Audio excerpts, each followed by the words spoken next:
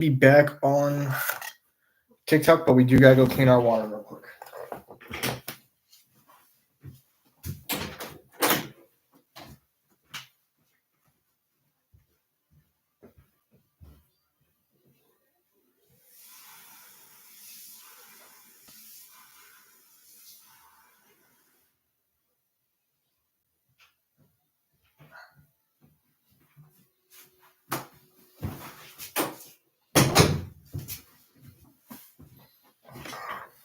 Creed, thank you for joining us. We had to go get our water real quick. I appreciate you joining, though. We are almost set up for tonight. This is more of an impromptu live. We were hoping that I try nipping into yours from time to time. Sadly, whenever you're live, it's usually when I'm at work. And I don't have headphones at work. So whenever I do pop in, I literally have you on mute. But I can sometimes read lips. So when I see you say, like, thanks for joining Scarecrow, I'm like, oh, yeah, you said my name. Cool. Did I invite Omni? Just trying to get my wet palette situated. Squad 13, thank you for joining us. Olga, thank you for joining us. We got a lot we're working on today. We have the int that we began working on last live. We got the basing that we're going to work on. And we got the red on this one. We got to add a little bit more too. Omni, thank you for joining us. Just getting everything situated real quick.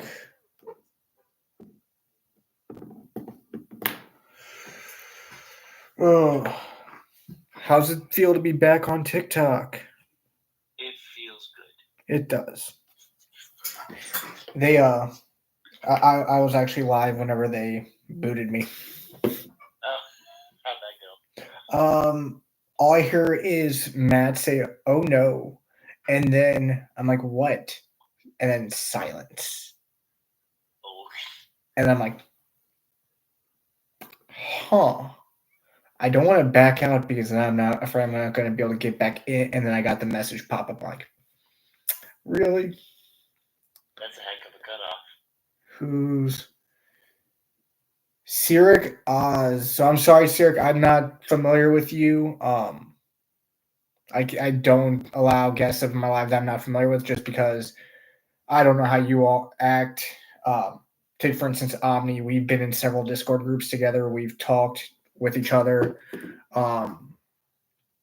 for months. I know exactly how he is. It's more so to prevent anybody from jumping in, saying something ignorant, and then just jumping out. We want everyone to feel included here as much as we can. And I know that's been following me for a while is going to pop in and go, you've said in several lives and videos that you are more leaning conservative. And I'm going to be like, yeah, I did say that, and it is true. However, I do believe that everybody deserves to no, what's the word I'm looking for? Earn?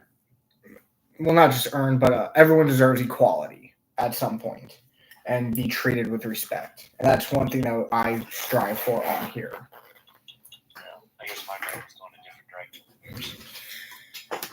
Oh, let's do this base real quick.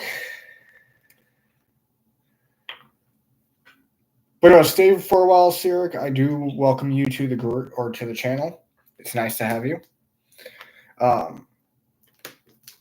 It's just more of a, like I said, I don't know you type thing. Let's see. Where is my toothpicks?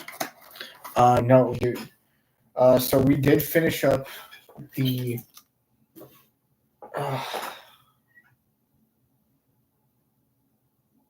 Oh yeah, I was here for that. Wendigo. I wasn't sure if you were here when we finished it and you hopped off like Yeah, right. 'cause, Matt was here, right? Yeah, Matt was here, but I couldn't remember if you were there when we finished it or if you hopped off like right before we finished.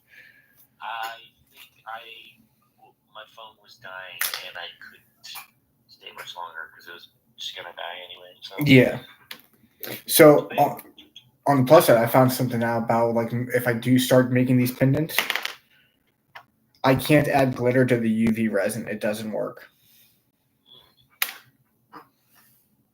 Or to the glow in the dark pigment. It doesn't work. It'll harden, but it won't do the glow effect.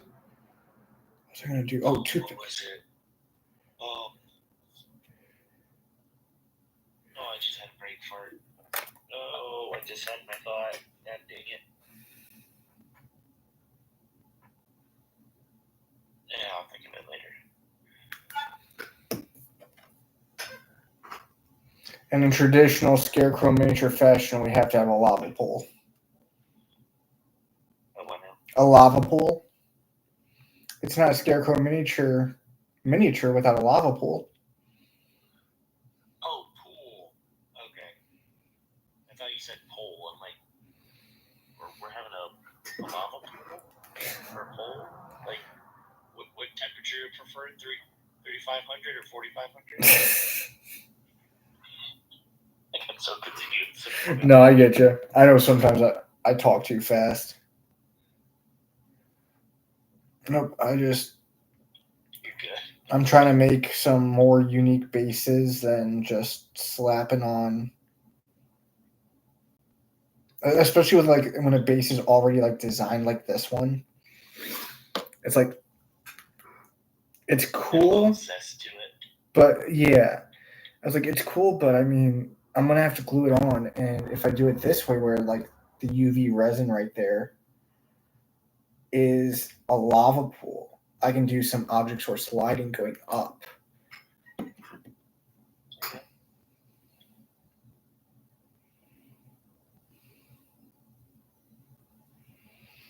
I finally got my refund back from Amazon.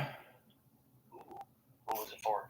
That epoxy resin, the big D20 mold for dice box that I'm making, and a bunch of other stuff for primarily my dice. I'm sitting there waiting for it for past 2 weeks.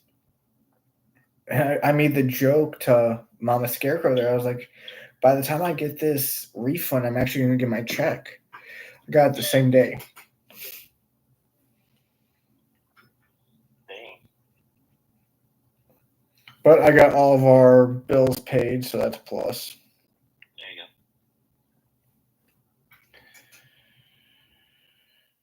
go. Bills are paid. We got more epoxy resin coming in for everything that we need done. We got more stuff we're working on. We got these for our dice. I'll show you what it is here in a second. Let me open this up.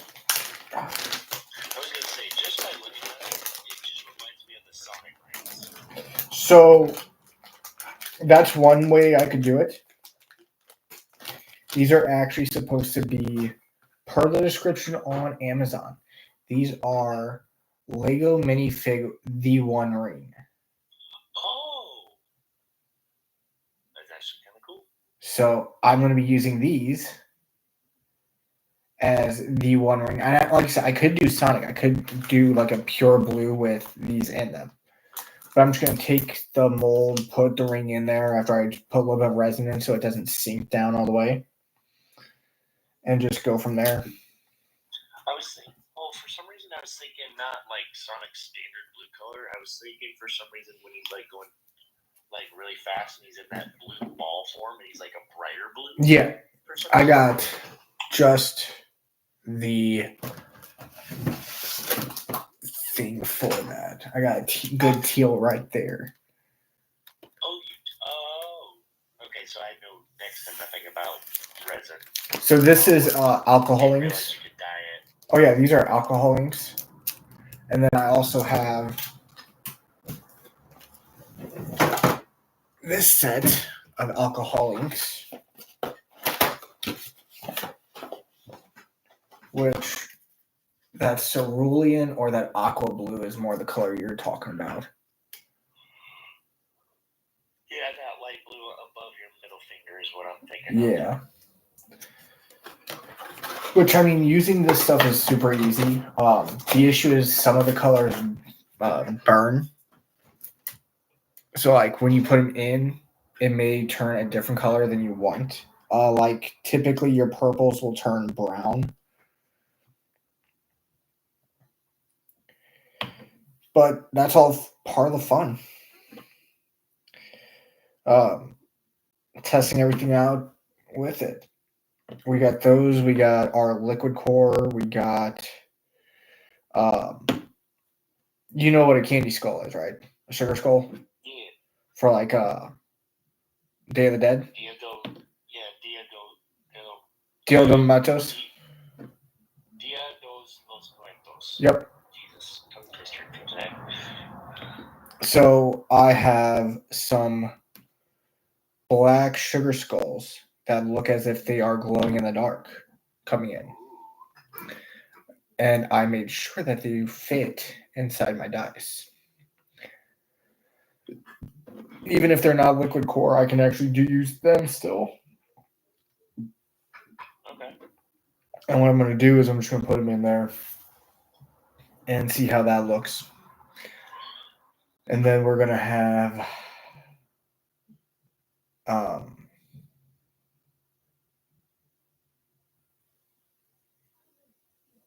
of course, some with liquid core. I think I got the exact thing I need to make these work finally. And then on the first, for those of you that watched us open up our affiliate fan rolls Valentine's Advent calendar, once the first comes, we're going to start opening them up. $50 on fan roll, but if you go to my website and you use the affiliate link along with the affiliate code, you get a discount. Interesting. I want to say it's a 10% discount, but it might be a 5%. Yeah, I just found out this new paint from Eighth Miniatures, and it's a gorgeous color. It looks like genuine blue crystals you would see in a fantasy RPG. Yeah, Neith's selling paint. Is it Pro Acryl or is it a different brand? Oh, I can't remember the brand. I think it's one he specifically has. It's like he's been painting models with this paint.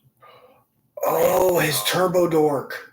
Turbo Dork. Thank God, I remember it. Oh, that's gonna bug me all day. But yeah, it's the color shifting pink. Yeah, I know exactly what you're talking about. Those are beautiful. What is the one I'm thinking of? It's like, I think I want to say Cold as Ice or something to that effect. Yeah. And it's such a beautiful blue color, and I'm like, I really want that, but none of my guys are any of that color. I'm like, damn it. Sounds like you need a new army, which. No, I do not. I refuse to buy more Warhammer until I'm done painting. Well, who said it's Warhammer? You could get. No. Well, actually, I do have one Sigmar figure. You could get Sigmar. You could get Star Wars Legion. You could get Shatterpoint. You could get Middle Earth. I mean, after all this can be found on Nutmeg Games. Nutmeg Games, they're one of our affiliates. You get a 10% discount.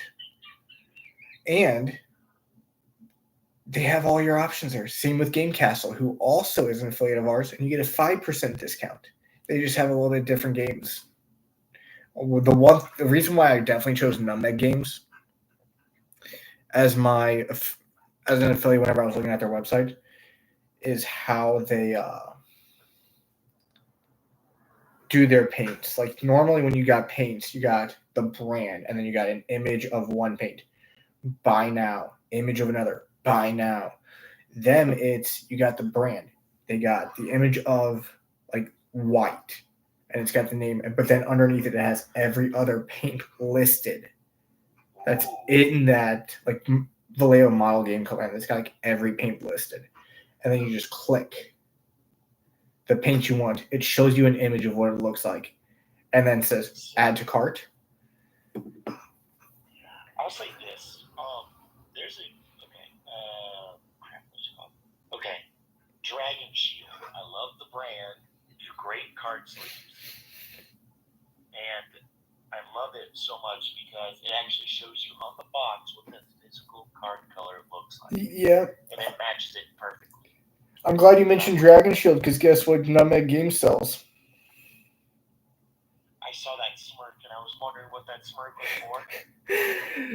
It's either, I'm pretty sure it's Nutmeg Games. One of my affiliates sells tabletop RPGs. So if you're into tabletop RPGs, definitely go check out my website as well.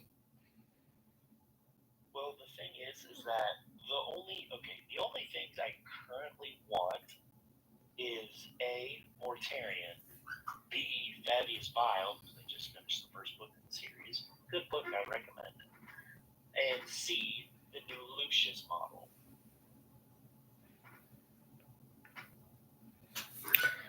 Because I might use that color change paint to try and create like a weird fluid color inside of his like syringe thing on his back. Yeah, check. A really cool color to play with. Check my affiliate links because there might be an option there for you. And like I said, a lot of my affiliates have a 5% 5 to 10% discount with their game stores. I think only 2 or 3 of them don't offer a discount, but they're also in the UK. So I mean, with you being in the States, it doesn't make sense to order there when their sale is, you get £20, you pay £20, you get free shipping, and I'm like, isn't that like 35 here? 35, 40, yeah. Okay. I always try to remember like Conversions. It's like a $15-ish difference for us. Yeah, something like that. It's what I usually rough estimate to. But no, we got 11 affiliates right now. We have so many affiliates, we had to move our affiliates to their own separate page on our website. That's fantastic. Good for you guys. It's fantastic, but at the same time, it's like I'm getting emails like, yeah, we approved your affiliate link. I'm like, I don't remember applying for you.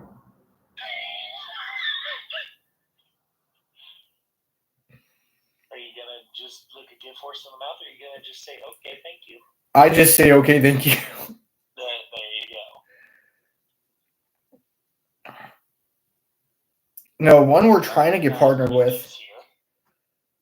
There's one we're trying to get our followers up because once we hit 3K followers on like TikTok, that's gonna be the easiest one to do because we're already halfway there.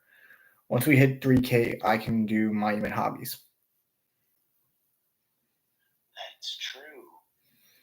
And then another one we're trying is Renegade Games. I don't know that one. Renegade Games made the Power Rangers Battle of the Grid board game that had miniature Power Rangers. Oh, I remember hearing of that from what's that comic book superhero TikToker? Sir Superhero. Okay, yeah, I'm not familiar with him. I know that there was one that was somebody in our groups was painting them up. Might have been Chunky Monkey, I think. I miss Chunky. He's not around much anymore. No, he's not. I see his lives from time to time in the while I'm at work, but yeah, I saw him the other day, and I'm like, oh, great, I get to comment. I looked at my watch, I'm like, I literally have to go back to work right now. God damn it. Yeah, I run into the same issue. Because I don't think you're too far away from me. What state you in? Illinois. Yeah, you're in. Yeah, Why didn't I think of that? You said you've literally gone and played with Oleg. Who? Or OG Geldy. No, I haven't. I thought you said that. Who said that they play? I know Cam did, because Cam is Are you like best. talking about Omicron? Maybe. Yeah, because some people have been confusing me with Omicron a couple times. I have no problem with that, but it's just like The only reason I remember you is because your logo is literally black and green, and it makes me think of the Omnitrix. Yeah, that's kind of the point. Yeah, I figured that was. Which brings me to my next topic. Why don't we have a Ben 10 miniature game yet? I don't know how that would work, to be honest with you. It'd be very tricky. It would have to be similar to like a similar style of Omniverse storyline. Which storyline are you thinking of? The Infinite Ben 10s and right, when Vilgax has his bomb. Yep, when Vilgax makes a time bomb and has his army of Negatens, as he calls them. Yeah. Like that's really the only. Reminds me of Ben versus the Negative 10. Just like 10 of his own villains. I'm like, oh yeah, I forgot that. That was a thing. Yeah, and it's literally just Ben versus 10 of himself. Don't mind me, I know I'm drinking zero. Turn to dust. Thank you for joining. I'm kind of trying to watch my sugar intake from now on. I just went to straight water. I was doing those circles. I love that's what like I'm addicted to, but they are not worth $3.74. Are you buying them from the website or from Walmart? Walmart. That's why I've had to get a refund for one because I literally took a sip and it was empty right out the package. Ew. And you could tell it had liquid in it, but it was not dispensing. Oh, okay, that's better than what I was thinking. And I was on hold with customer service. I'm like, hey, look, it's got liquid. I can hear the liquid. It's not dispensing. I've had it all the way up to 9. I can literally video chat you right now and show you. Video chat and showed them. And they're like, that's not supposed to be that way. You're sure you're not tasting it? I'm like, I am 100% sure. I got this flavor before and I was able to taste it at a 2. Yeah, some of them, like, I can't really taste properly at, like, anything until I, like, hit 3 or 4. 3 or 4. 3 or 4 is the usual. And I'm like, yeah, this is stupid. Turn to dust makes a valid point. You gotta watch them. They will mold on the inside. You have 10-day. Once you put it in and started drinking from it, you have an estimated 10-day. That bitch is gone in 2 days. I'm sorry. Yeah. The Walmart ones are gone. The Walmart ones are gone in 2 days. No, all of them. Well, no. If you get them from what I'm saying is, if you get them from Walmart, even if you're drinking them, like if you remember, it's supposed to be 6 refills. Typically, the Walmart ones last 2 or 3. But I have a problem, man, because I'd like drink 6 of those. Good lord. If you get them from the actual website, you can get it the full 6. Because I had them mail me 6 of them or 2 of them. When I ran into that issue, they're like, "Hey, we're going to give you a free one as well. What 2 flavors you want?" I was like, "Cool, I want these 2." So they mailed me the flavors. I put one in, drank it. I was tasting it at pretty much 2.5. I'm like, that's weird. This isn't the same way that it tasted before. Not like it still tasted the same, but the fact that it was a lower level freaked me out a little bit. And as I got more and more with drinking it, I realized something. The website one was lasting just a hint longer than the Walmart ones. Weird. And I couldn't figure out why. I did some research on it. The Walmart ones are pretty much like, there's that website that'll sell defective fruit where it's like, oh, it's got a bump on it, or it's like misshaped. I've never heard of a site, but go on. Yeah, so there's a website similar to like HelloFresh that sells that stuff now. Because it's like food that people deem unworthy, but it's still good. That's essentially what Walmart is selling from Circle. Wait, HelloFresh does that? It's not HelloFresh. It's a service similar to HelloFresh, where the fruit and vegetables are still good, but like they're misshapen. Like you might get like a green pepper. Unless if it's misshapen, food is food, man. Anybody that grew up poor feels that way, but Yeah. I'm not even poor. I'm a middle class, man. It does not matter. Well, that's what I'm saying. Like, yeah. Because it doesn't look like a perfect T-shaped steak doesn't mean it's not gonna eat your ass. Exactly. I'm right there with you. Once I saw that they were making this an actual thing, I was like, this is either going to blow up because people will actually buy into it, or they are going to realize that this is the stupidest thing ever. Anyway, the reason I bring that up is because it's like, that's essentially what the Walmart one is it's their hand-me-downs that, hey, look, we got to sell this. Who do we sell it to? Oh, give it to Walmart. But I was experiencing the same thing as you, where it's like they do not last because you're either going through them too quickly, or you're actually making it maybe one out of every few bottles through the last 6. Because usually when I start losing the taste is when I just turn up the dial on whatever. So like if I'm at 4 and then like I'm starting to not have the taste anymore, I'll go up level and it's back to normal. Yeah, I'm the same. I'm the same way, but I've noticed like a lot of the ones I get from Walmart have a how do I want to word this? Like I'll go up from 4 to 5, take about 4 or 5 sips, and I'll have to move back up to 6. Take like 3 or 4 sips and have to move back up to 7. And I still got juice in there.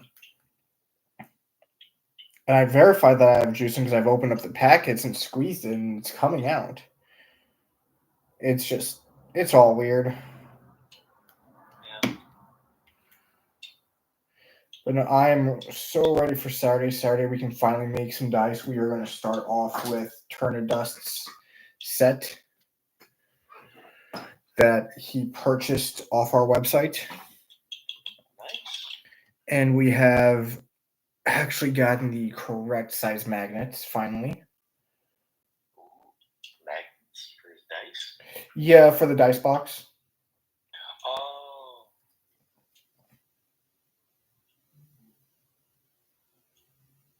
Okay, cool. And then after that, we'll probably mess around with some of our other new toys, such as I call it, the big one. It's literally a dice box that's shaped like a D20. And it's like, wasn't there a D&D like popcorn box? It's essentially the D&D popcorn bucket, yeah. I thought that was a fantastic idea. Did you see the new popcorn bucket for the new Captain America New World Order or whatever it's called? I have not. Is it? I assume that it's a collapsible popcorn bucket on Captain America's shield. Yeah, right. They missed an opportunity. What is it? Thunderbolt Ross's Red Hulk fist.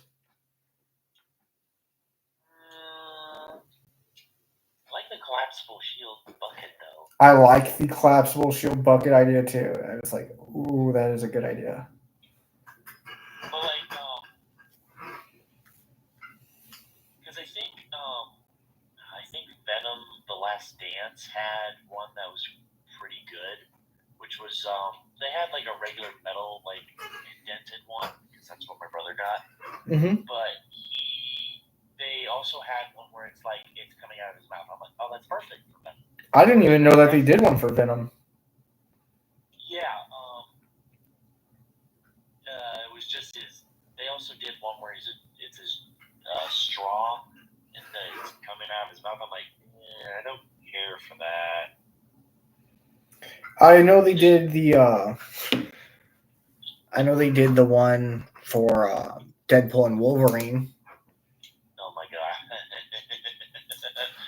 Everybody in the world laughed at that. Oh. You can't deny that's not funny as hell. It was perfect to the last detail, and it's the fact that Hugh Jackman even said he's like, I'm allowing it just because it looks like a adult entertainment device as Wolverine.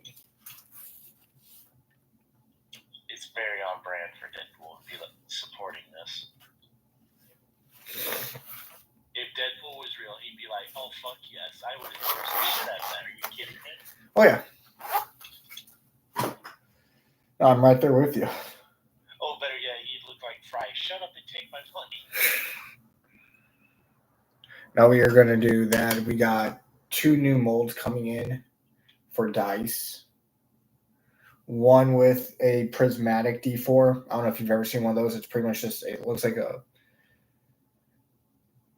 the easiest way I can explain it is it's a Crash Bandicoot crystal. Oh yeah, I know what you're talking about. And then the barrel D4 where it's the same thing except for the sides are actually like almost like a D6, but the top's pyramid out. So it's like a what? What's the word I'm looking for? Like a football kind of? Kind of like a football, except for it's like square around instead of circular. Okay. I kind of see what you're talking about. And then just trying to think of what the hell kind of. Of course, it's got the traditional Caltrop D4 as well with it, which is good. But we're going to be making some of those. We got some, and I don't know how this is going to work. So, like, you know how, like, some metal dice have, like, a rim around them? I've actually never seen a set of metal dice in person before. I might have to go grab mine then and show you, because I think mine have it. But essentially what it is, it's like, instead of being indented numbers, it's raised numbers, and around like the edges it's like bubbled out. But we have a set coming for resin making with that. I just don't know how that's gonna look. It's gonna be pretty. Okay. Whoa, okay. This is weird. Sorry, I'm playing a game at the moment. They added Godzilla into this, and now I'm scared. What game? Fortnite. He's just apparently you can become him, and he's just stomping around blowing crap up. I'm like, okay, I don't want to play this anymore. I want to get my ass duped. I'll be completely honest. Once they started to introduce like copywritten characters, I got off Fortnite. Really? I was here for it. I saw Master Chief on there. I'm like, hell yes. So like I was there for the first Star Wars event because I'm a huge Star Wars fan, and I was like, okay, it's just a Star Wars event. You're still gonna be able to keep the skin. That's fine. It's not like it's gonna be the whole thing of the season. Yeah. It's not the whole thing of the actual like game. And then the next, I think it was next season, they did the whole multiverse with Batman, Superman, Rick and Morty, everything like that. I'm like, no. Like, what was it? I really did like I don't remember what the name exactly was called, but I call it the Bounty Hunter season. I really liked that a lot because it was very cool. Because you got the Mandalorian skin, you had to kind of grind a little bit for it. Just complete missions to get the full clean version of the Beskar armor. Yeah. Which was fun. It was a little annoying at sometimes, but overall I enjoyed it. No, I hopped back in for probably a day or two. I'm like, let's check this back out. Let's see if it can be redeemed. Dude, there's Hatsune Miku just got added.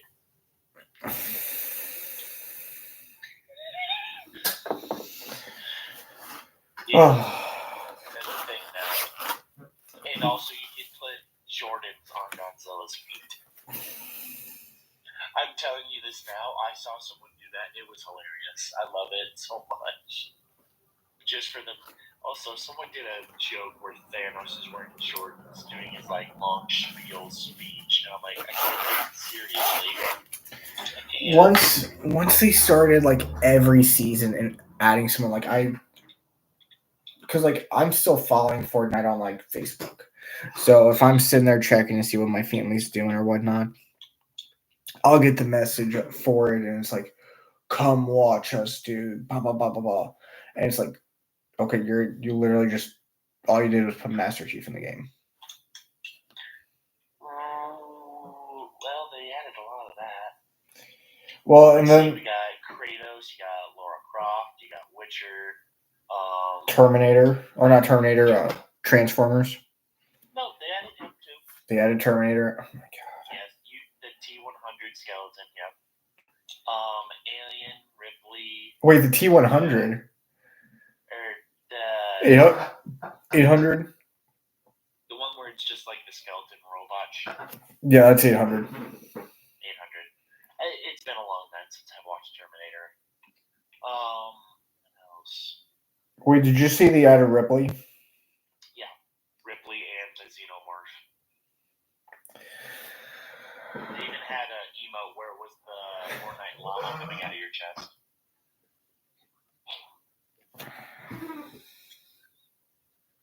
Yeah. I'm so glad I got off that game. They also added Eminem, Snoop Dogg. They even had an Avatar event. I saw that and I was like, it was so fun. I was like, I had a time.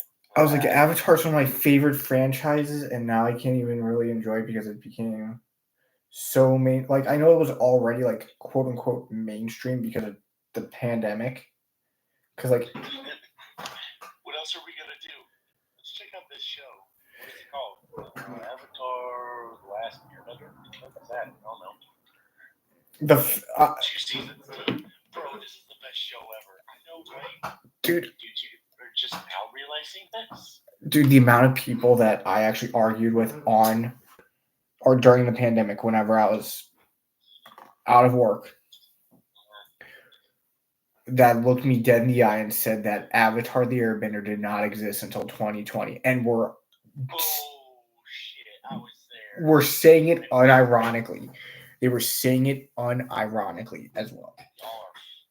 I sat there and I threw out the Aslan, "Do not cite the dark magic to me," which I was there when it was written. Bro, I was just saying. I'm starting to realize you and I are very similar jokes. Oh yeah, we've always been that way. I mean, that's why whenever I was in the warp and I'd see you make a joke and I'd make one back and they'd get mad at me, I would be sitting there throwing out the little cat on the or the lemur on the seat where he's throwing his arms out and it's like, what? I was like, you're getting mad at me, but Omni's right there doing the same thing. Apparently they like me more. Apparently. That's favoritism. Well, to be fair, almost everybody in the warp actually got rid of me. Really? Why? No clue. I can't find them no more. I know Wasteland moved over to Twitch, I think. Yeah, they did. They were because I asked chat why they switched over, and they said there's just TikTok was not giving them enough views, or it was just like not giving them the attention they used to. I'm like, okay, that's a fair complaint. Oh, it's very fair. And like I told him, it's the same. I would have done the exact same thing. I have done the exact same thing. Whenever we couldn't go live on, what was it, Saturday, I was on Twitch and YouTube. See, I don't know how to work Twitch, so I'm not going to touch it until I learn how to work it first. I have to definitely learn how to work it because I can get it to work on my mobile, but under the exact same account, I can't get it to broadcast on my computer. Yeah, and I need a camera, and I don't even know at this point. I'm about 2 seconds from just having like a little pop-up dude saying, hey, this is me. I'm going to be a PNG tuber, because I just don't like people looking at my face. No, I mean, that's fully understandable. I also don't want to pay for the rigging and all that. That is expensive.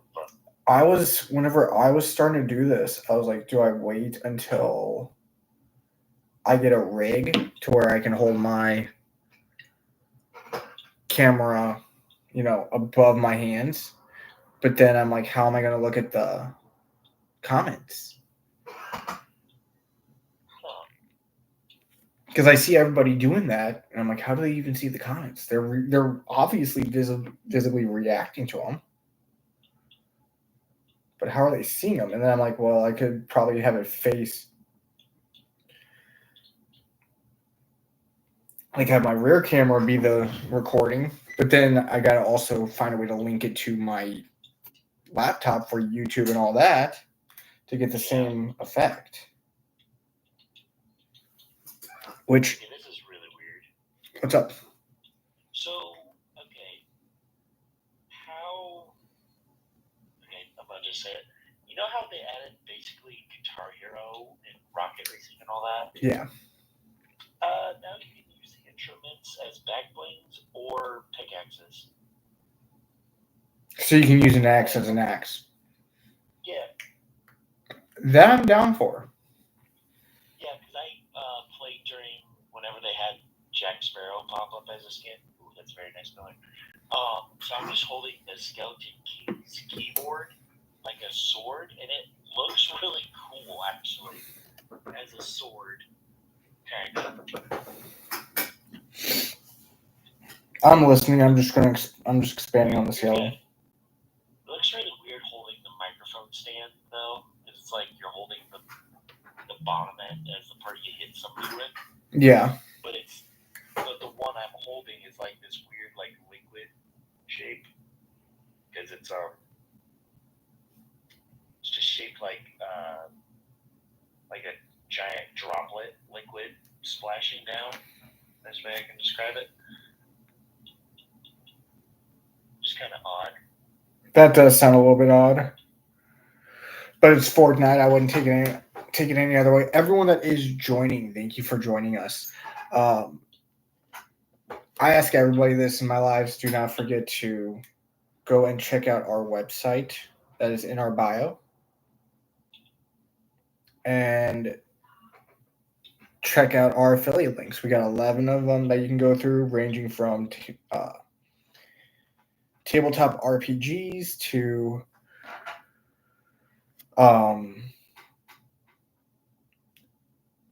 what was I going to say? To different supply vendors such as airbrushes to even trading card vendors. And dice. We do have dice vendors as well, or dice affiliates as well. We actually just got affiliated with Minva. I don't know if you're familiar with them. Most of the places you're naming, I've never heard of them. So Minva is a tabletop RPG kind of like, most people see them as a DM like playground because they sell different journals and ways to keep track of your campaign. Okay. But they also sell different accessories, pins, mugs, character sheets. You name it, you could probably find it on there. Okay. That's neat.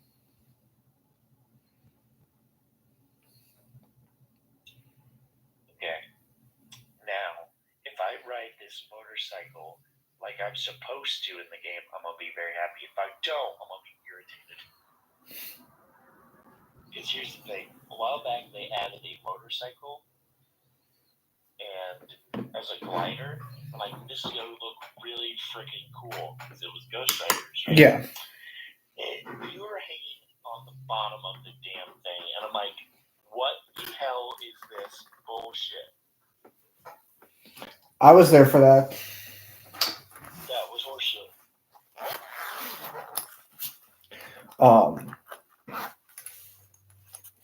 But yeah, that's essentially what we're working on right now is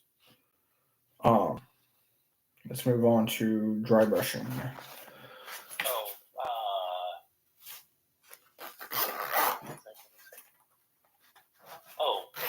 So now I'm just trying to look into finding a box. Well, first of all, I need to find foam inserts so I can put my Death Guard into a container. And I think I found the perfect container for them. It's like a big, it's like a moderately sized tote with wheels on it. It's got latch locks on them. Yeah. And it's about, what do I want to compare this to? Like I'd say maybe 3 Funko Pops tall-ish. Standard Funko? Yeah. Okay. And about, if I had to take a shot in the dark, I'd say maybe 2.5 foot long? Maybe just 2 foot? Okay.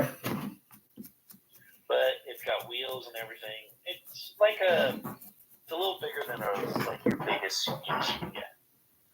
Okay. And I saw it and I'm like, that would be perfect. And now I just need to find some foam inserts and then I need to just shape all my Death Guard. Just make like small cut inserts for little boxes to put my Death Guard in. And then I'm like, this is going to be easy. Then I remember how all the Death Guard are shaped. I'm like, oh, fuck, here we go. Have you checked Amazon? The problem is that I want like pre-cut. I don't want like to shape it. You know what I mean? Yep, I know exactly what you mean. I don't know if any of my affiliates sell pre-cut foam. It's getting harder and harder to find the pre-cut stuff. Yeah. Go on my affiliates and double check if you want. There might be something there. The one that I think would probably have it would probably be Firestorm Games. They're UK based, so you might have to pay some international shipping, but I'm not sure how they handle that. Doesn't really specify on their website. Right. It's just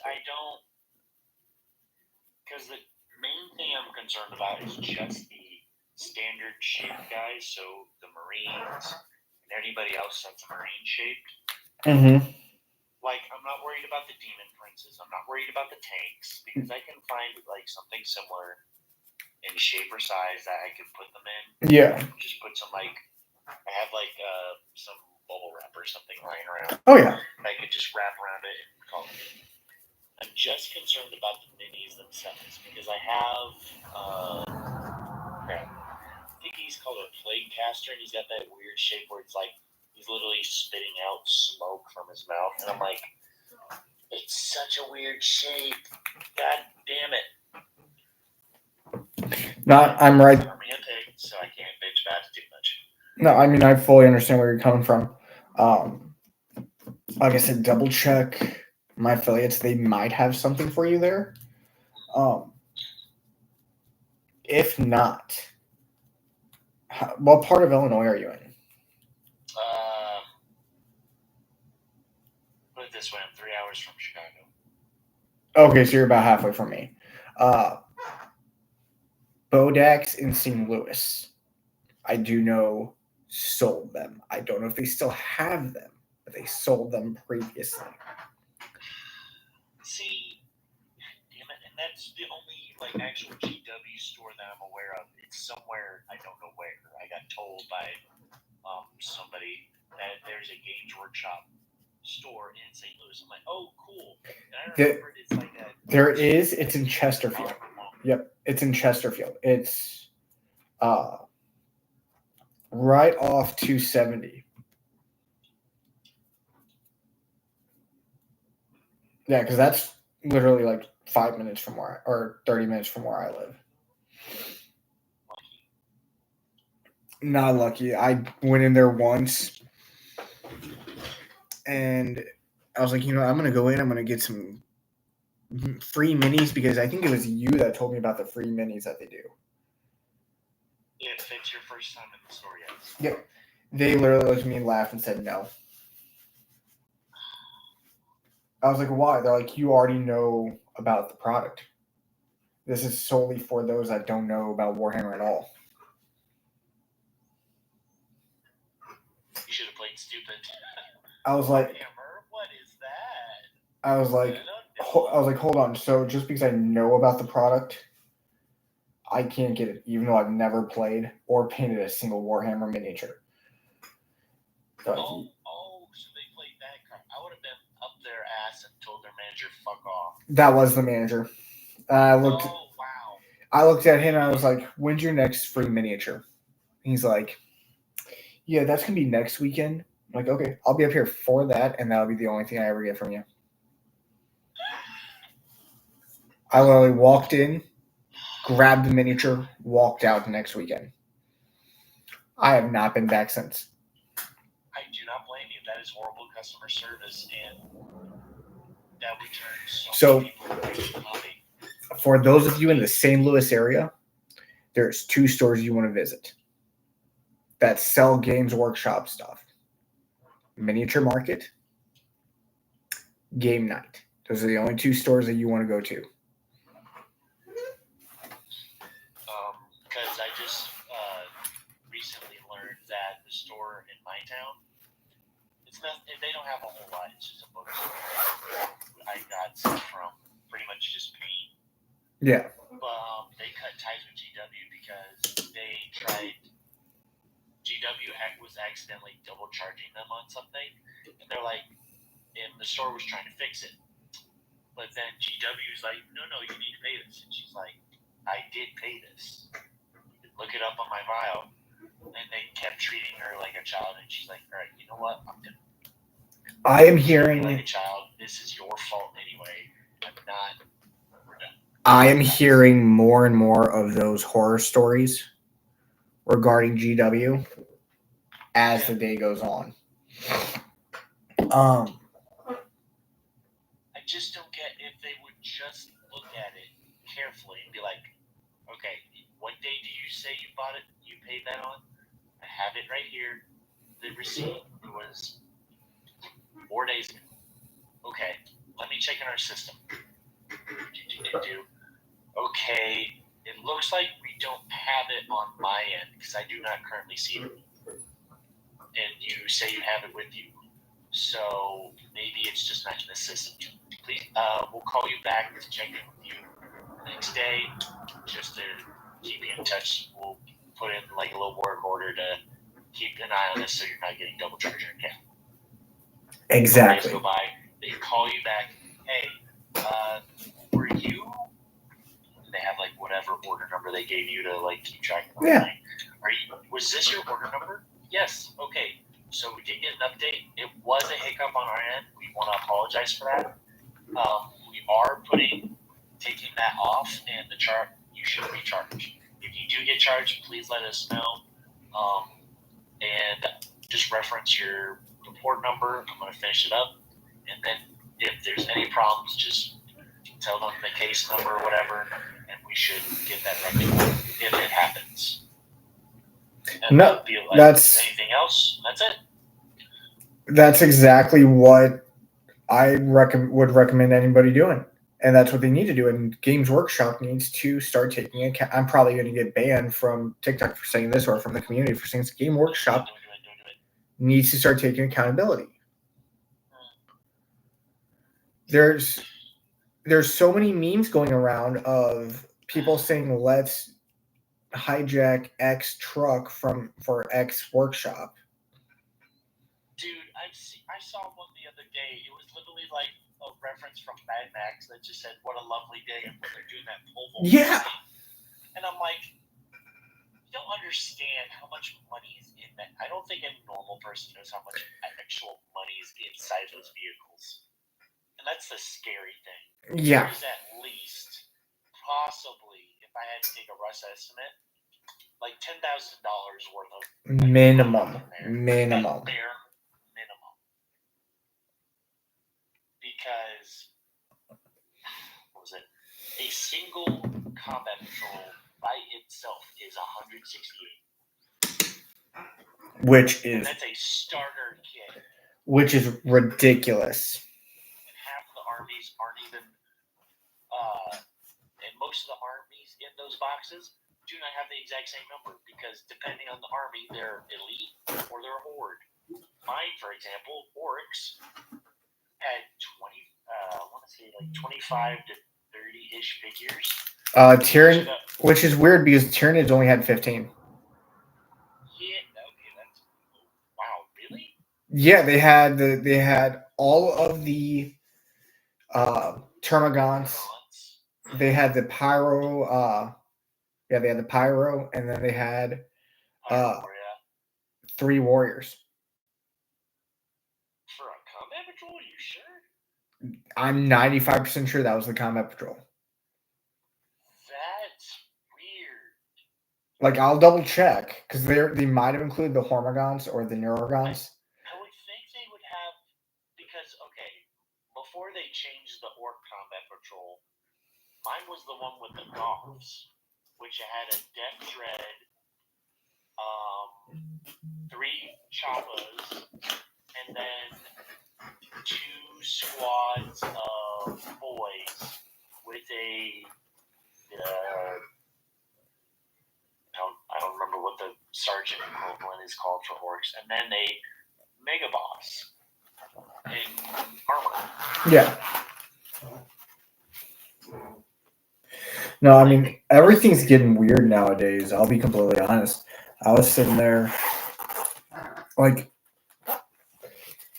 it's sad when, I don't know if you've ever heard of this website, Gnomish Bazaar.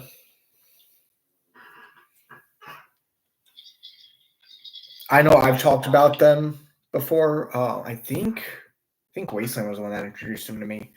They're a US-based miniature company. They sell paints, they sell miniatures, but it's more like they sell all kinds of all the brands, D&D, Warhammer, everything like that. Primarily though D&D. And I'm sitting there, I'm like, man, I gotta find some cheap minis. And I went on that Gnomish Bazaar. They had brand new miniatures, completely discounted to, like, instead of being $15, they were like 10 to or 7 to 10, depending on what they were. Front door, no way. Dude, no joke. Every single one of these minis, I think I only paid like maybe $30 total for all of these. And this is called Gnomish Bazaar? Gnomish Bazaar.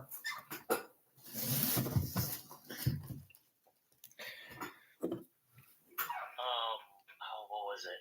I got told by I think a veteran player that there's this website called Black Legion Market, and it's got like a bunch of upgrade sprues, and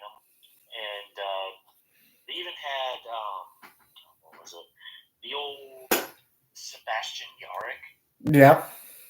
And the old Lucius, and they even had, if I remember right, I think it also had the Carcharodon's character, the Red Wake. I'm like, yo, that's awesome. Well, that's like whenever I was looking at one of my affiliates. That's what I thought it was. I thought it was just all Games Workshop, and they that they offered these for that price. I'm like, well, that's expensive, but these are old models because they sell a bunch of old like 90s and 80s models and game sets. Like you can find advanced D&D like second edition books. Ooh, that's actually. I don't know how old that is, but I know it's pretty damn old. 80s. Fifth edition. We're in 5th edition now. It's the 80s version. Yeah, that's 40 years old now. Yeah. Which, ouch. Yeah, it's the 80s and 90s. I should rephrase that. 80s and 90s. Books, figures, everything like that. It is Merlin's Miniatures. And I was sitting there. I originally got them because I thought that they were doing like on sprue, and I thought, oh, cool, that's cool. They painted them up so you can see what the army looks like painted. No, they sell full armies painted. No. Yep. Okay, that's actually pretty sick.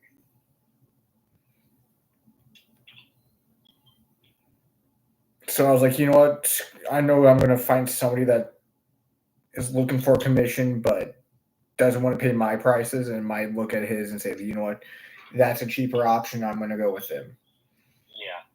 Because what I'm eventually going to do is have, not sure if you know him, maybe, I don't know, Senpai print me a 2K orc list I have. Oh, I didn't even know Namui had a printer. Yeah, he has a 3D printer. Nice. I'm trying to remember what mine is right off the top of my head. I wanted Gazgul. I wanted 2 squads of Beast Snagaboys. I wanted the named character on the Mega Squigoth.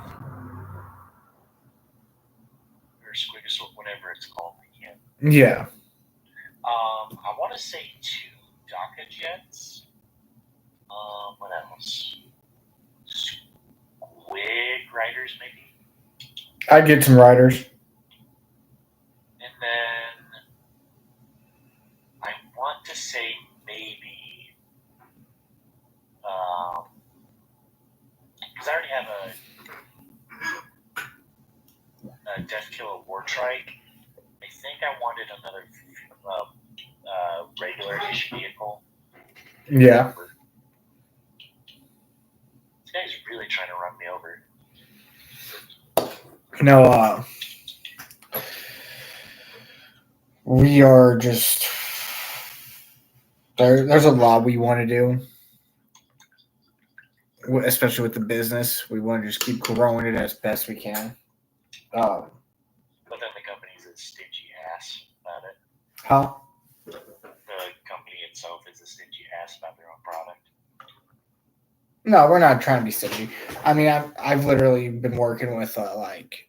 Oh, I'm talking Games Workshop. Oh yeah. I'm not going to be like them. Thank God. Like More of that. we were. I think that's the only one that's actually actively like that to their own community. Hasbro. To my knowledge. But in Hasbro's defense, everybody that was discussing how they treat their Magic the Gathering players, aka what they did to the one guy that streamed opening a box and then they sent Pinkertons after him. In Hasbro's defense, they have revealed the 13 emails they've sent this guy before he streamed. I've never heard about this. You've never heard about this. So there was a YouTuber who was streaming, who does opening videos of Magic the Gathering sets. Well, let me guess. These were not supposed to be documented because they were pre-releases that he got. Was not supposed to share to the public. He ordered a set from the store, from his local game store. His local game store sent him the wrong set. So whoops.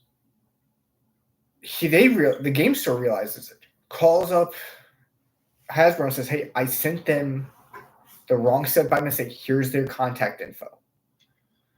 They reach out to him and say, "Hey, look, we cannot allow you to open that up on your live stream. We know you're a very big YouTuber. We know that you have a big following. We cannot allow you to open it up. That's not supposed to be revealed for another week."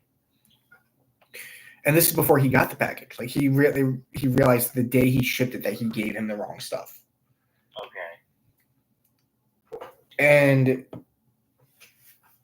homeboy's sitting there going, "Ladia, I'm just gonna keep working, doing my thing." And gets the package, opens it up, knows for a fact it's not what he bought, is ignoring the calls and texts and emails from Hasbro saying, "Do not open it." Opens it up on live stream. It gets put out in the public. And then Hasbro sends, aka the Pinkertons. What is that? So the Pinkertons are like a private investigation department. They're essentially like loan sharks in a way, to kind of they say they sent him like everyone's saying they sent them there to rough him up. No, they sent them there to say, "Hey, look, you are now going to be going to court over this." Yes, I come. But everyone, of course, because it's a big corporation, is on the side of the little guy, the YouTuber that's showing this off, which I get, being a little guy. First glance, yeah. And when you hear the story, you're like, "Oh, that's ridiculous that they actually went after him for that." And then you realize what happened. You're like, well, they had every right to. Legally, they had every right to do that. They gave him opportunities to say, "Okay, sorry for the mix-up. Can I please get my product?" And they'd be like, "No problem." Well, here's the thing. They Hasbro even said you can keep that. However, you are not allowed to open that up on your live until next week. Yeah, they were being super chill about it. They even said, "Look, you can keep it, open up on your live next week, but don't show nobody it." Oh, so Hasbro was 100% doing nothing wrong in this situation. He was just an asshole. Yeah. That's okay. Like, granted, Hasbro's not great. In that situation, I feel bad for Hasbro because they gave the guy so many chances to do the actual good thing and just be patient and wait for to officially announce it. But he's just like, nah. But everyone's comments are, of course, Hasbro's doing them dirty, calling the Pinkertons, which, like I said, are essentially a private detective agency that are sent to enforce stuff. I understand how everybody feels about it. But again, multiple opportunities to do as they were asked. Oh, Hasbro took him to court, and if I'm not mistaken, the court found him guilty because of the fact that I would have been mad on Hasbro's behalf if they didn't. Well, like I said, they had reached out to him about like 15 times. But of course, everybody's like, "Well, they did him wrong because he's the little guy, and they're a big corporation. They could have called him and sent, instead of sending essentially wannabe cops to his doorstep, scaring him, scaring his wife." He's 15 different emails is you moron. Yeah. But in all honesty, I am with Hasbro on this one. He had 15 chances to get with them and be like, "Okay, I won't do that. And you're sure I can keep this?" And they say yes. I'm like, "Okay, cool. I really appreciate it. Thank you. I will patiently wait." I mean, I would love to get a Framesworks miniature from Hasbro before it releases, and then tell me that. I'd be like, if I randomly was buying something from Games Workshop and they accidentally send me the Fulgrim model before it got announced, I'm like, what is this? And then someone gets a hold of me and he's like, hey, see you do TikToks? Can you not post about that for another couple days? Somebody like, yeah, sure. Do you want me to send it back? Like, you can keep it if you want to. Yeah. Like, okay, shit, I'll keep it. Thank you very much. But can I also have the things I was meaning to buy? They're like, yeah, sure, free of charge or whatever they chose. I'm like, okay, free Fulgrim, I guess. I'm not gonna ever use them. Yeah. Also, I'll say this: I'm really glad they have all 4 Chaos Primers now. It just felt weird having just the 3 for so long. The fact that it took so long is what Yeah. gets me. Like, why are we taking so long to release Primarchs, which are like, and you've seen my content. You've been here since I started. You know I'm primarily D&D.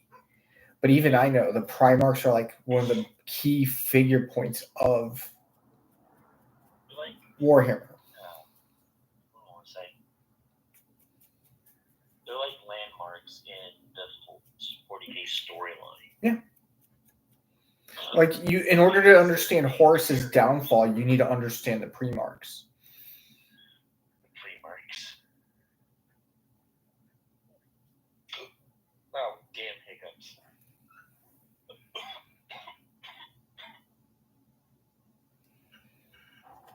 But yeah, like, because before I switched positions, I was listening to multiple different like lore podcasts.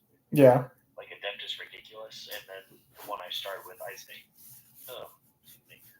and Coda. They both go over a lot of the 40K stuff. I found that there's more detail with Izander and Coda, which I like a little bit more because then I compared.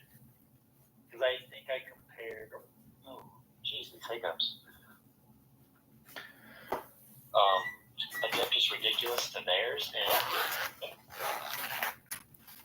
and Izander and Coda had more minor details. Like, it covered the same exact storyline. It was their Death Guard episode I checked on. And there was more details in the Death Guard for the first two. For the first two versus Adeptus Ridiculous. I'm like, huh. I've noticed that that's a thing as well with a lot of content creators. You might get one that's doing a lot more lore in depth, and then another one that's just like, I'm going to do the same thing, but screw the lore. Yeah, it's just they try to summarize like a lot of it within a certain amount of time. Mm-hmm. And granted, like Adeptus Ridiculous has been around a lot longer, but Izander has more details and tries to, because the buddy he's doing it with he's talked with them about 40K. They're doing full lore dives with this guy who's never interacted with Warhammer. So you get to see his first timer experience all the way through, and it's so good because it's like, yeah, that's generally how I reacted when I found out about the Demonculaba. It's not Kinder Bueno. No, I fully understand what you're saying. But it's like the same thing with Adeptus Ridiculous. Ricky is talking to DK about the stuff, and DK knows nothing. He knows next to nothing about 40K. And it's like, it's the same thing, but like you don't get to see their faces, and it kind of somehow makes it less entertaining. Because you don't get that shock value from like someone's eyes just going from like normal to like bulging open. Like, what did you just say? Yeah. But you still get, I guess, the audible like, huh? No, I get you. That's one reason why, like, whenever I was doing, or like right before I started doing videos, I was like, do I show my face or just show the miniature? How do I want to do this? And essentially, I was like, screw it, let's just show the face. I was like, I'll do everything, but like I'll show everything but my kid. That's fair.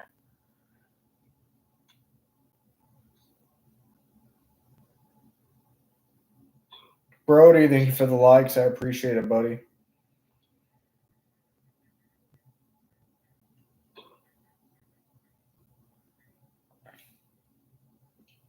But yeah, one thing I will say for certain is that I think I listened to too many podcasts because in what was it? In I'd say about a year's ish time. No, probably more like 9-ish months. I covered like all their lore up until like recent, and I'm like, okay, I have a problem. At least you admit it. No, dude, Hey, I just want to understand what people are talking about when they say, well, if you understood who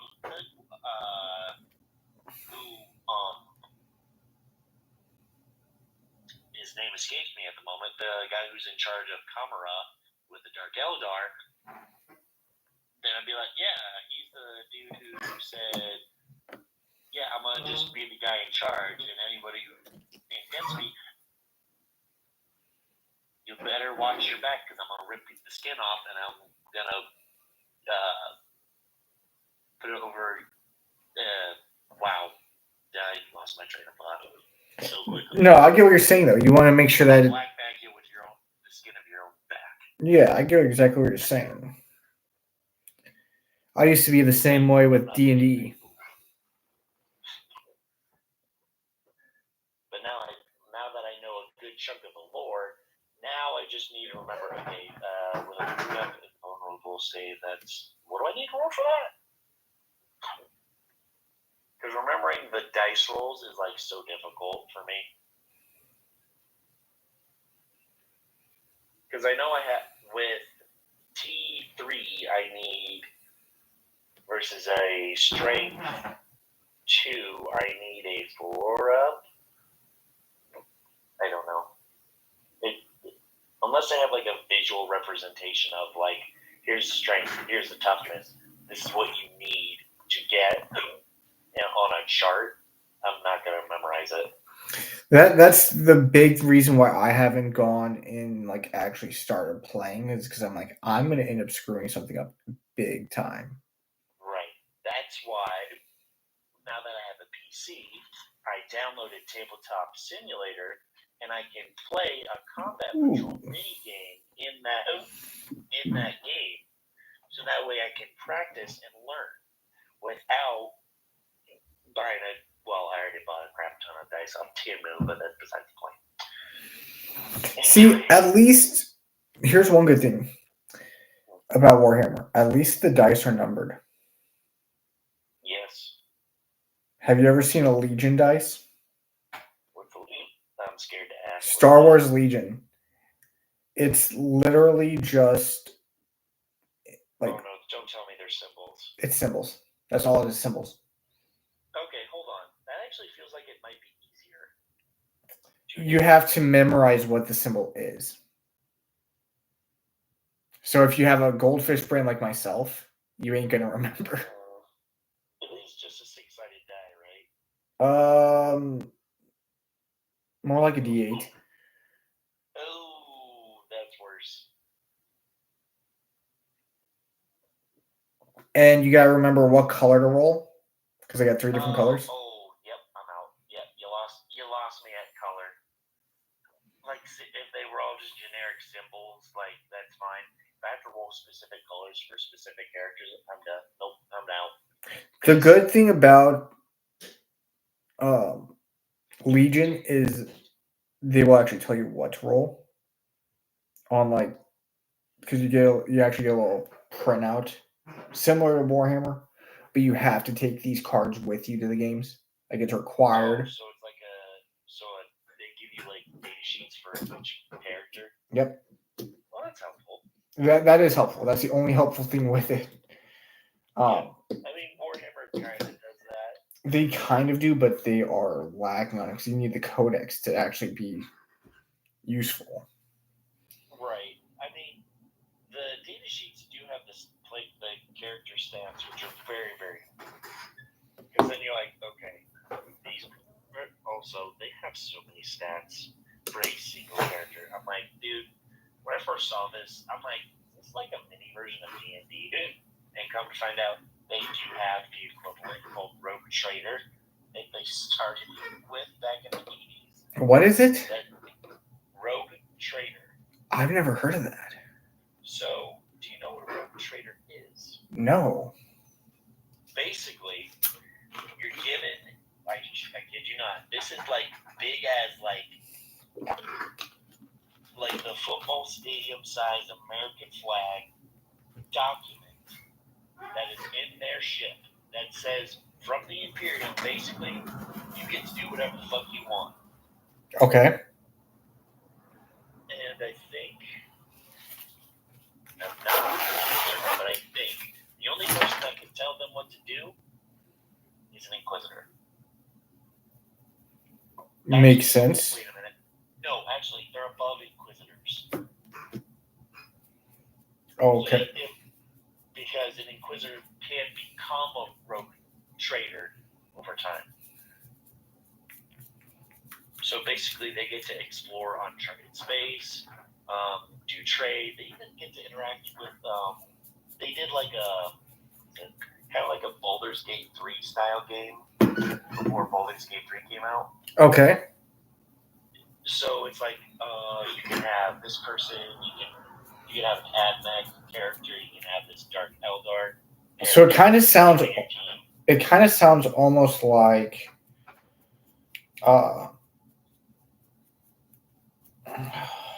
what was that? Mass Effect in a way. So there is like the like choose your like voice line. Yeah. Function, which I've seen, but it's also got like I said, it's like the combat is very Baldur's Gate 3 oriented from what I've seen. Okay. And it's turn based. Okay. So it's like each character gets to go, move, attack, just like a regular game of Warhammer, minus the actual measuring tape. Yeah. I downloaded because I got a PlayStation 5 for Christmas. I downloaded the free Blood Bowl game. Oh, yeah. I think that was like one of the first couple Warhammer games I saw. I didn't even know what it was. It just looked like a fantasy literal fantasy football, yeah. It looked interesting, but I was like, football, I don't really care. I think I would rather play Blood Bowl in person because I could not figure out how to use those controls. Like they are very hard.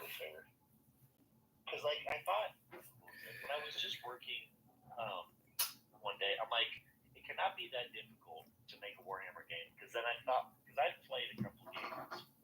Granted, I'm not the best, but I know basic mechanics. Yeah. Essentially. So all you need is a dice generator that keeps track of like, okay, this is the army they have. This is how many shots each individual model gets. So a squad of, say, just to make it really easy, a squad of 10 Infernus Marines, they get D6 attacks. So if you have a squad of 10, you roll 10 D6. Whatever that number is, that's how many attacks they get. So say they roll all 6s, just for simplicity. They get 60 attacks. It ignores cover, and they automatically hit. You just roll to boom. Yeah. You roll 60 dice. Whenever it registers the enemy it's attacking, it picks its toughness versus the weapon strength and just says you need X to beat. Yeah. Roll the dice. Anything below X doesn't count, gets tossed aside. Anything at or above goes through.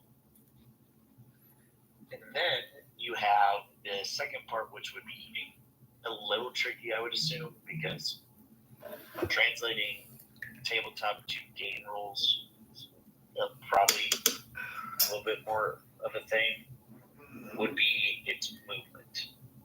Yeah. Because it would, I don't know how they would do that. You would have to. Shift. You would definitely have to choose how you want the movement to work. Star Wars Legion and Star Wars Shatterpoint do the exact same thing as Middle Earth and Warhammer, where it's the ruler. However, because I haven't seen this with Games Workshop games yet. Their ruler is built into their actual like starter set. Yeah, they have like little flimsy plastic rulers that came with I think it was the 9th edition starter box I won a raffle for. Okay. It came with 2 rulers, one for the Necron, one for the Marines. I'm like, well, that's helpful. And they came with dice too.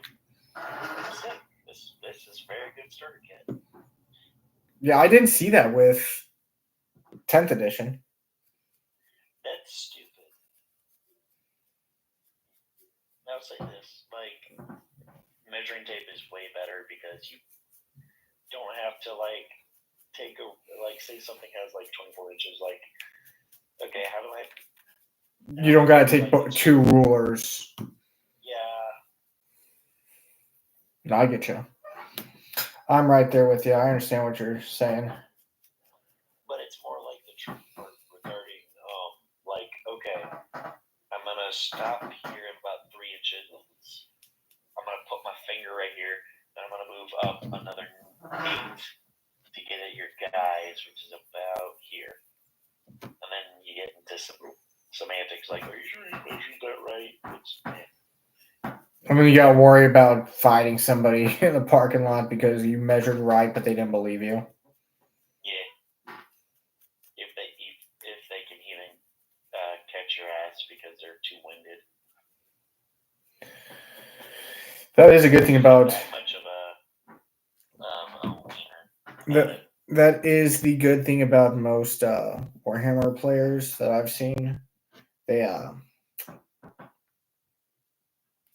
They can fight for the Emperor, but not for themselves. Not in the real world.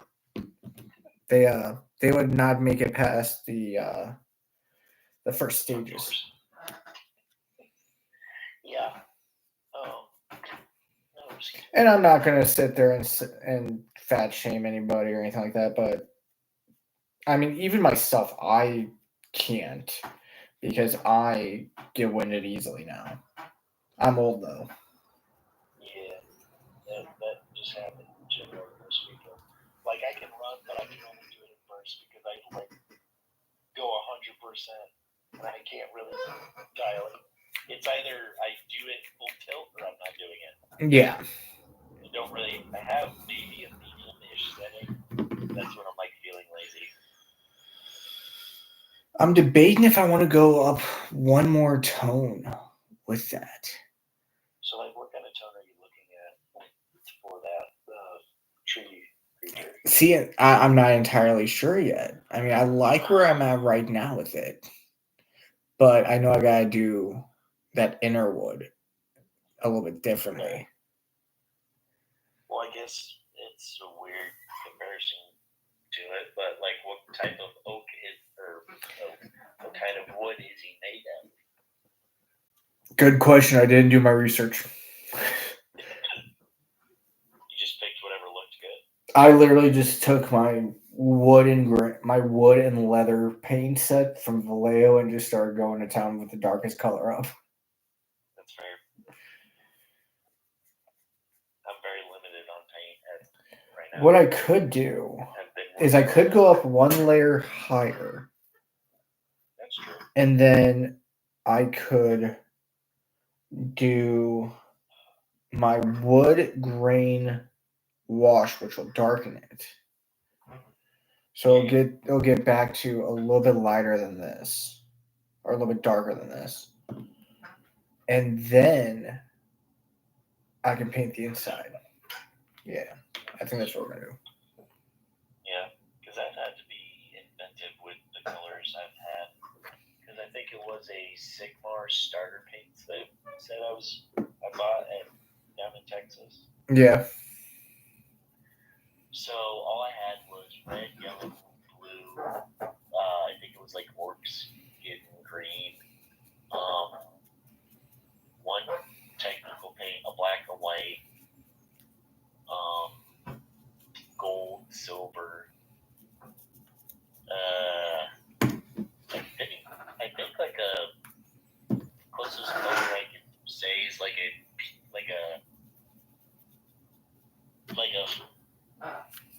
a combination of like peach with like Mars orange color. Yeah, I know what you're talking about.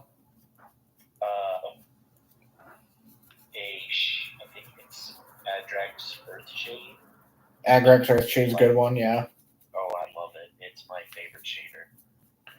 I've pretty much, ever since we started doing the non-metallic metal and the diorama series, I pretty much have not used a single wash. And the thing is that people are like, oh, no oil. I'm like, this better be the most top of the heap. Known oil shader. Known oil is good if you want dark. I want dirty. That's all I want. It's like. Then yeah, you want Agrax. Yeah, because like that, I would literally. What was it? I painted a skull on. I think. I don't even remember what model it was, but then all I did, I painted it just white. Waited till it was all the way dry. Took a big glob of like Earthshade. I didn't mean to at the time. And I put it on there. I'm like, oh no.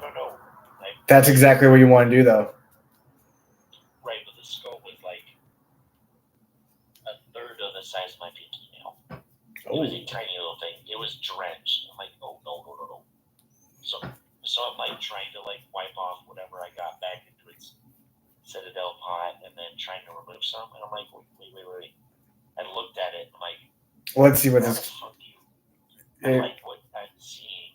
Maybe I'll leave it alone. If I don't like it, I can fix it.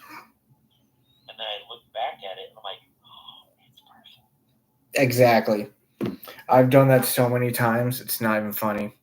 And then, what was it? Games Workshop showed like all those dead skull, like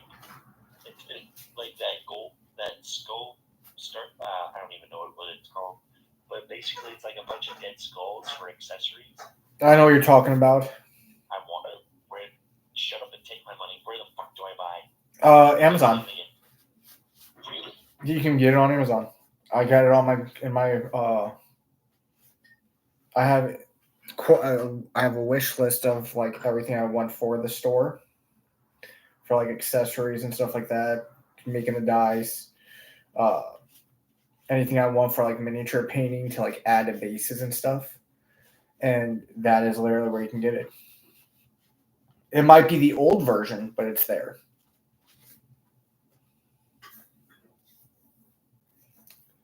Omni just jumped to go check it out, I can tell.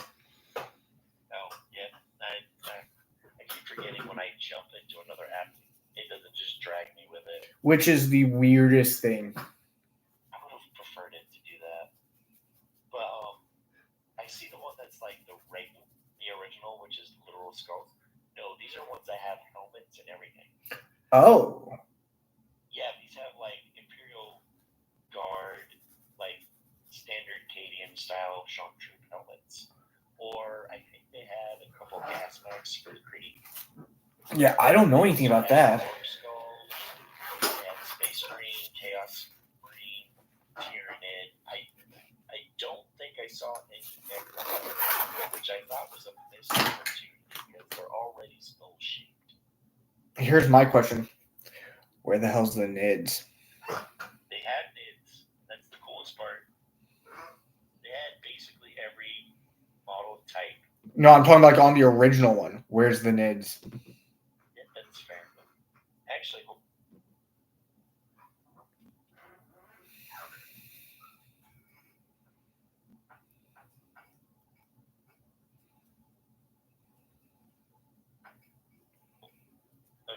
Okay, I'm looking at something on Amazon. You could maybe, if you want to split hairs, say the big gigantic one is a Tyranid one. That's exactly like that's. I think that's what they were That's going your for. only, yeah. That's because I think that would go. I don't remember the I think it's a Neurogaunt. Might be. No, that'd be more along the line of the Norn emissary. Like the one that like has a gigantic head but a tiny body. Oh, I know what you're talking about. The It's neural. in Space Marine 2. Yeah, it's not the Neurolictor. But Neurothrope? Neurothrope, yep. I genuinely. Because Neurogaunts are the ones that look like regular Tyranids, like regular Termagants, just blind and with beaks. Yeah, this is what we wanted, boys. Oh man, I got locked out. Damn. Oh, that's looking good. This is my go-to. Like if you ever need a good go-to like wood and leather set, Valeo's wood and leather is my go-to. I just ordered their. I just got the other day their. The pink I wanted from them. Mm-hmm. But I'm also getting their black, which I listened to the Pornhammer podcast. They recommended all the paints. I'm using them as a base kit model. The game model, the air model, or the model color. Just Vallejo blacks, the specific number, whatever it's called. I want to say 70.950. Let me check. Where did I put mine? It is the air quote, their Pornhammer quote, the correct black. That's my wood grain. Where'd my black go off to? I know I got a black with this set. And now I can't find it. I'm always losing that. 70 point. 79.50 model black. Yep, that's what I'm using right now, or that's what I would use. It is so good. Yeah. Like I have, like my go-to paint is Army Painter. I've been using them since I first got into miniature painting. I got their original lines. What was it called? The not the complete set, but the one like the mega set. Of their. I was looking at that one, and I'm like, I used that to see like what colors I like. Yeah, so I used their mega set from their original line, not the Fanatics. I've had that for 6 years. I'm still got paint for it. Oh yeah. I want to get the mega set or even the complete set from the Fanatics line. The Fanatics line is phenomenal. I have one triad of it, and it's one of their skin tones, and it is so good. Like I cannot recommend it enough. If you're going to get into Army Painters, get the Fanatics. Do not get the original line, especially since the original line is like all but gone. Okay. Like it's getting harder to find the original line. The only reason why I have a need for the original line is because Fanatics got rid of this red of mine, the Vampire Red. And that is literally the base coat for all of my Tyranids. Oh,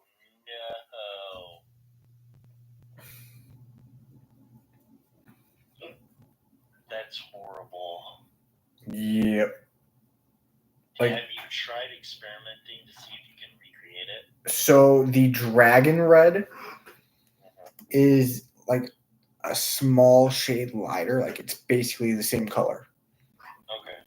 So unless you're like staring. However, the Fanatics line Dragon Red is more aligned with their pure red. So I have to add like a little tiny drop of black to darken it enough to actually get where I want. Oh man, that's such a pain in the ass. It happens.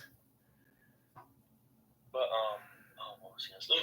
Oh, so one thing I found out, well, two things. One, I found out like Army Painter is a really good one to like start with. But then, what's interesting is that from 400 Podcast, they said not even at gunpoint are we putting Army Painter on this list. I'm like, huh, interesting.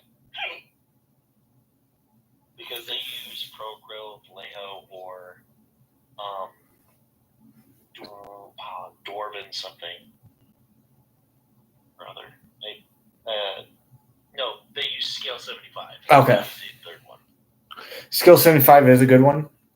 If I was to use anything beyond Army Painter, Vallejo would be my second go-to.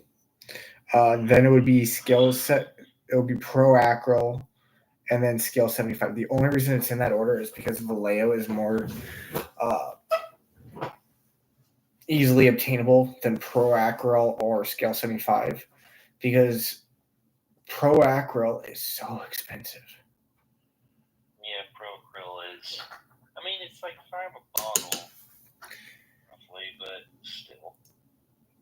Well, see, everything I want, because I get the sets. Like I base it off the sets, and I'm seeing $50 sets, and you're only getting like five paints in it. I'm like, it's kind of a ripoff. Yeah, that's why I'm kind of buying them as I need them, because I ran out of like my silvers started drying up on my Citadel, so I just replaced it. I'm finally getting black. Citadel is honestly the last paint I would ever use. I was a new player, didn't know any better, so I'm like. Well, and a lot of people are that way. Like they're like, I didn't know any better. I just went in, saw that Games Workshop sold their own paints, and I bought it there. And like, hey, I fully get that. Do what you can do at the time. However, you do technical paints really, really well, though. I have to give them credit where credit is due. Like, their Blood for the Blood God is such an excellent color. The only reason they do good technical paints is because their only other competition is literally Army Painter. You can consider Dirty Down as competition because they have their gore effect, their snot effect, everything like that. But they're only like technical paints. Like the only one that makes technical paints that I can think of is Army Painter. Cause that's what I used on the Wendigo, was the blood effect. I don't know if you notice you're muted, Omni. Yeah. Okay. Wasn't sure if people are talking around me. Gotcha. But I would honestly say, technical paint wise, Fanatics came out swinging. We never had on the Army Painter line a fluorescent. We never had like a glow in the dark or a way to show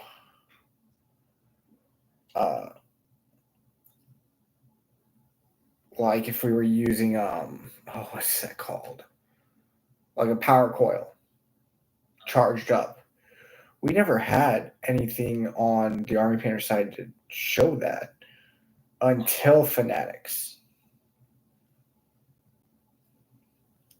I'm not gonna lie, like, you kind of need that for certain, especially with a sci-fi setting. You need glow in the dark for like certain weapons.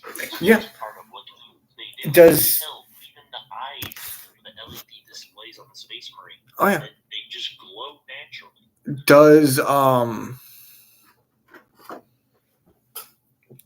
Does Citadel even have that? As far as See, that's what I thought as well. Because I don't. What was it? There's a specific brand Neith showed me, like last year when I first met him,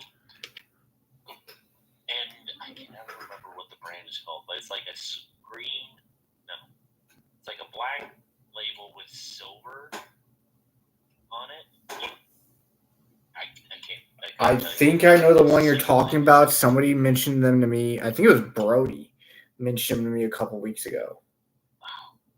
It'll bug me to no end if I can even remember the name. But it's got a very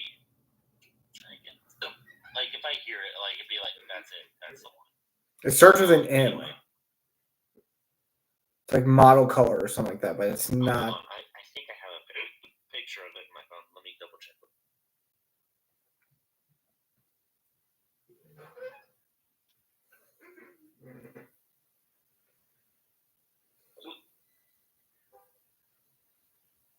Green Stuff World Paint. Oh.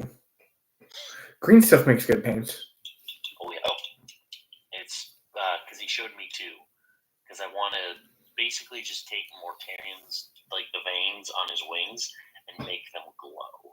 Yeah. Because my Death Guard is gonna be basically a custom version, which is gonna be based off my own, which is called the Death Challengers. They're literally Davy Jones' crew, but yeah. Death Guard. No, and that's one thing I want to see more people do. Is like, I think that is part of the reason why I don't really like delve deep into Warhammer as a lot of the others in the group do, because I want to see more unique builds. I want to see, like, if you're sitting there and I just put down the wrong paint. Well, I grabbed Necromancer Cloak, and I meant to grab Darkstone. Same exact color, pretty much, but the Darkstone is more of a wash texture, if you would. So it's just thinner? It's thinner, but it's got more of like, it's like a gray Turbo Dork that kind of like shows through some brown. Okay. I'll show you in a second. Yeah, that's why when I'm using paints, I grab the specific one and put it closest to me, and if I'm not using it, I put it away from me. That way, because I've ran into that exact problem. I'm like, okay, I need to figure out a system. Move it away, out of sight, out of mind. But you see what I mean? It's gray, but it's got like some earthy brown in it. Okay. No, it's a decent color, but it's not probably what you're looking for, I assume. It's a good. So no, well, this is the color I wanted. This is my base coat for like all of my rocks. Okay. And then what I do is I just lighten it up from there. But I grabbed Necromancer Cloak, which is a lighter gray first, and I'm like, oh, I grabbed the wrong thing. Yeah, you brightened it before you needed to brighten it. Yeah. It happens. But with my Mortarion, when I get him, if and when I get him, I'm gonna be a nervous wreck trying to even touch him with a single drop of paint, because I want him to look a certain way, and I'm like not even sure like 100% like what else beyond the wings I want, and it's gonna have to be like in the moment kind of decision making, which is gonna drive me a little bit nuts. It's like, because there's like no way of like showing the model and then like, all right, I want this model color here, here, and here. This here, maybe I don't know, glow in the dark effect here, to like see what the end result could look like. That should be an app, actually. I would pay for that kind of like.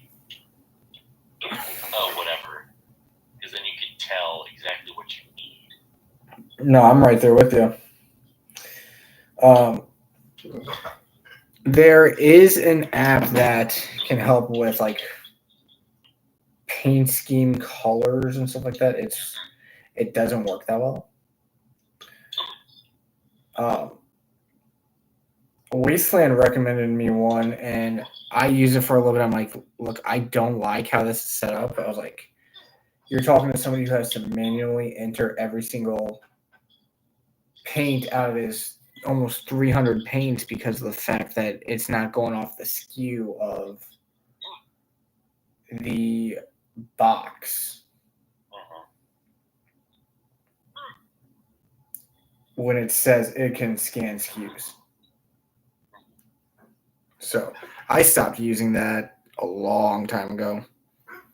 No, I mean, there's a lot of people, like even before the band that I used to talk to, and I stopped.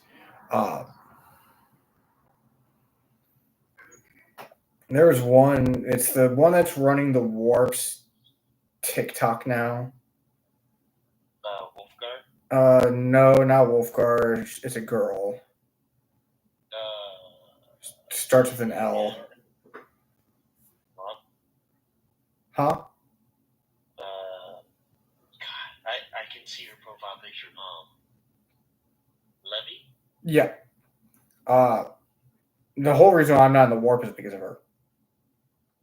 Oh. Yeah, we had a falling out. We had a disagreement on a joke.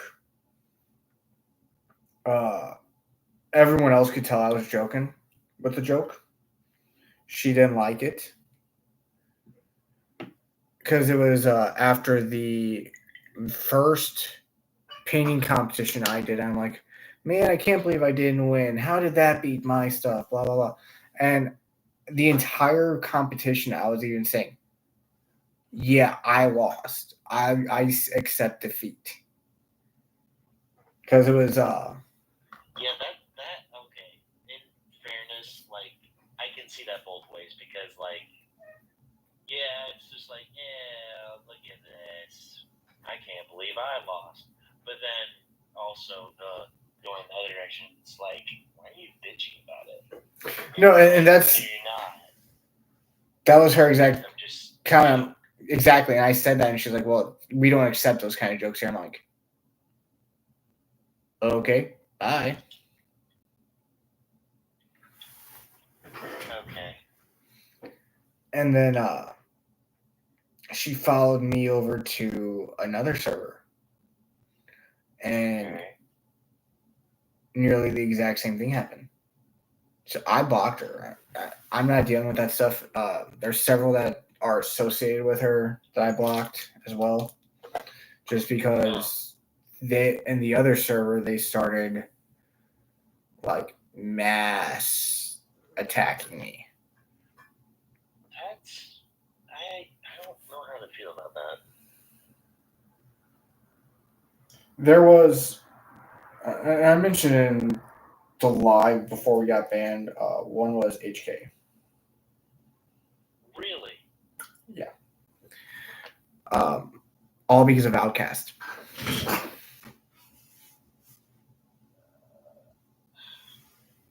So I don't associate with any of them that go on their lives. Jordy, HK, Gonzo. I've removed all of them. I haven't blocked them, but I removed them from my list.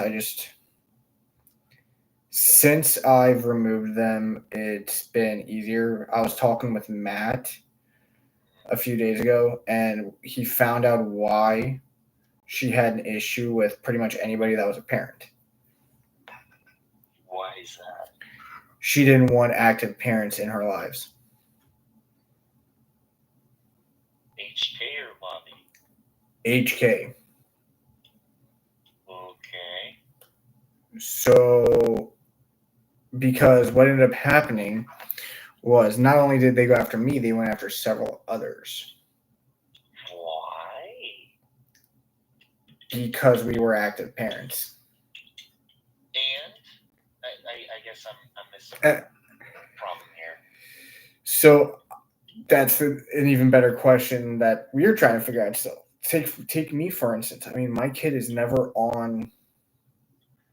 I think I've heard him in the background once or twice in any of your lives. Yeah. And he's just asking a simple question, and then he goes about his day. Yeah, he'll open the Like, door. okay. Ever since we moved into the office, he might open the door every other live, maybe every 5 lives, ask me a question, I answer, he's like, okay, Dad, and walks away. That's it. Yeah. Like, what's the problem with that? No clue. I know with HK and me, the issue was I know she likes Slanesh. I found a meme of Slanesh. Yes. Posted it in the meme channel of this server. And the next thing I know, she left, several others left,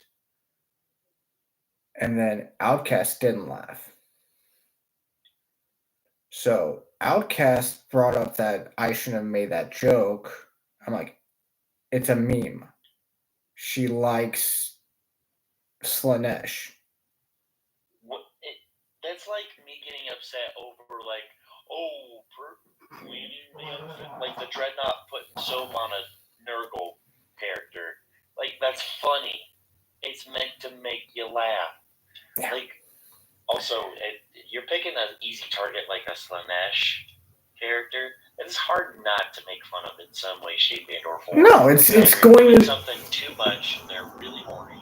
They're super drunk. Something is being done too much. Yeah, a bit of fun at it. No, and for giggles. And like I said, HK even laughed at it. She reacted to it. Well, as soon as Outcast started off, HK starts firing off, agreeing with him. Yeah, you went too far. Like, you literally reacted with a laughing face.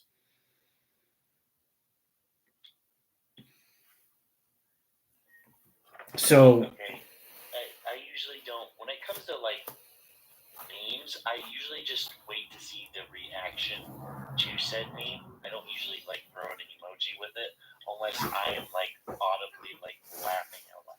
Yeah. No, I literally posted the meme in the meme channel. She reacted. Outcast got mad, and then pinged a mod, which was Jordy. Jordy said I overstepped. I'm like, it's a meme. It's in the meme channel.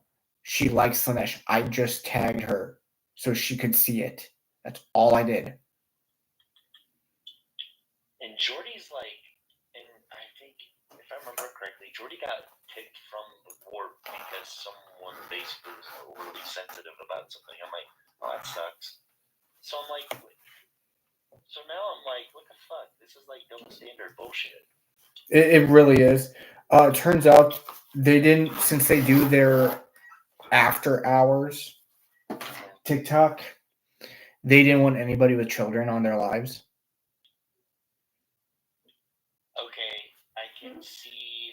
I could see it. However, we weren't, like, I wasn't joining their lives that often. If I was, it was on nights where my kid wasn't here, and I explained that to him.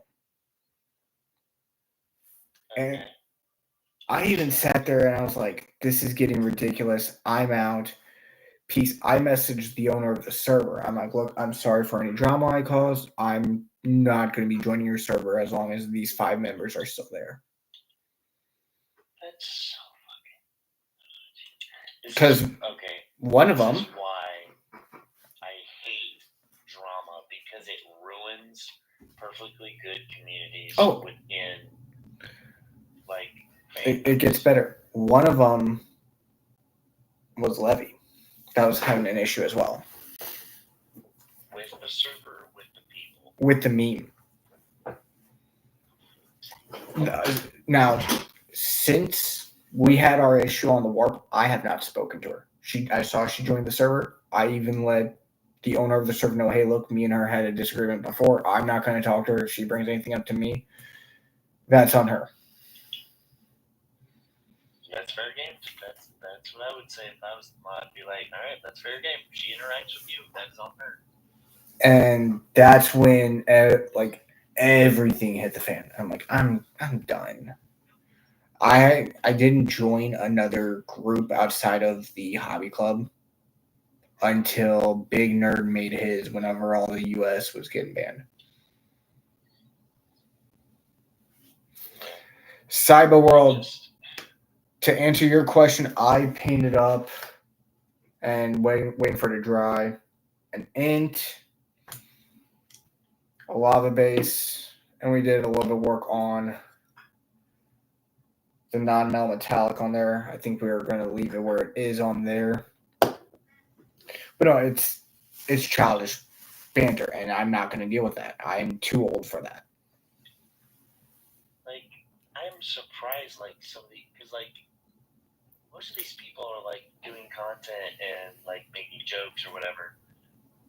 And I'm like, you do this content, but you're not okay with content that's adjacent in that same area of, like, oh, this is a little bit more mature. Yeah. You don't want to add that same way. Yeah. I'm confused.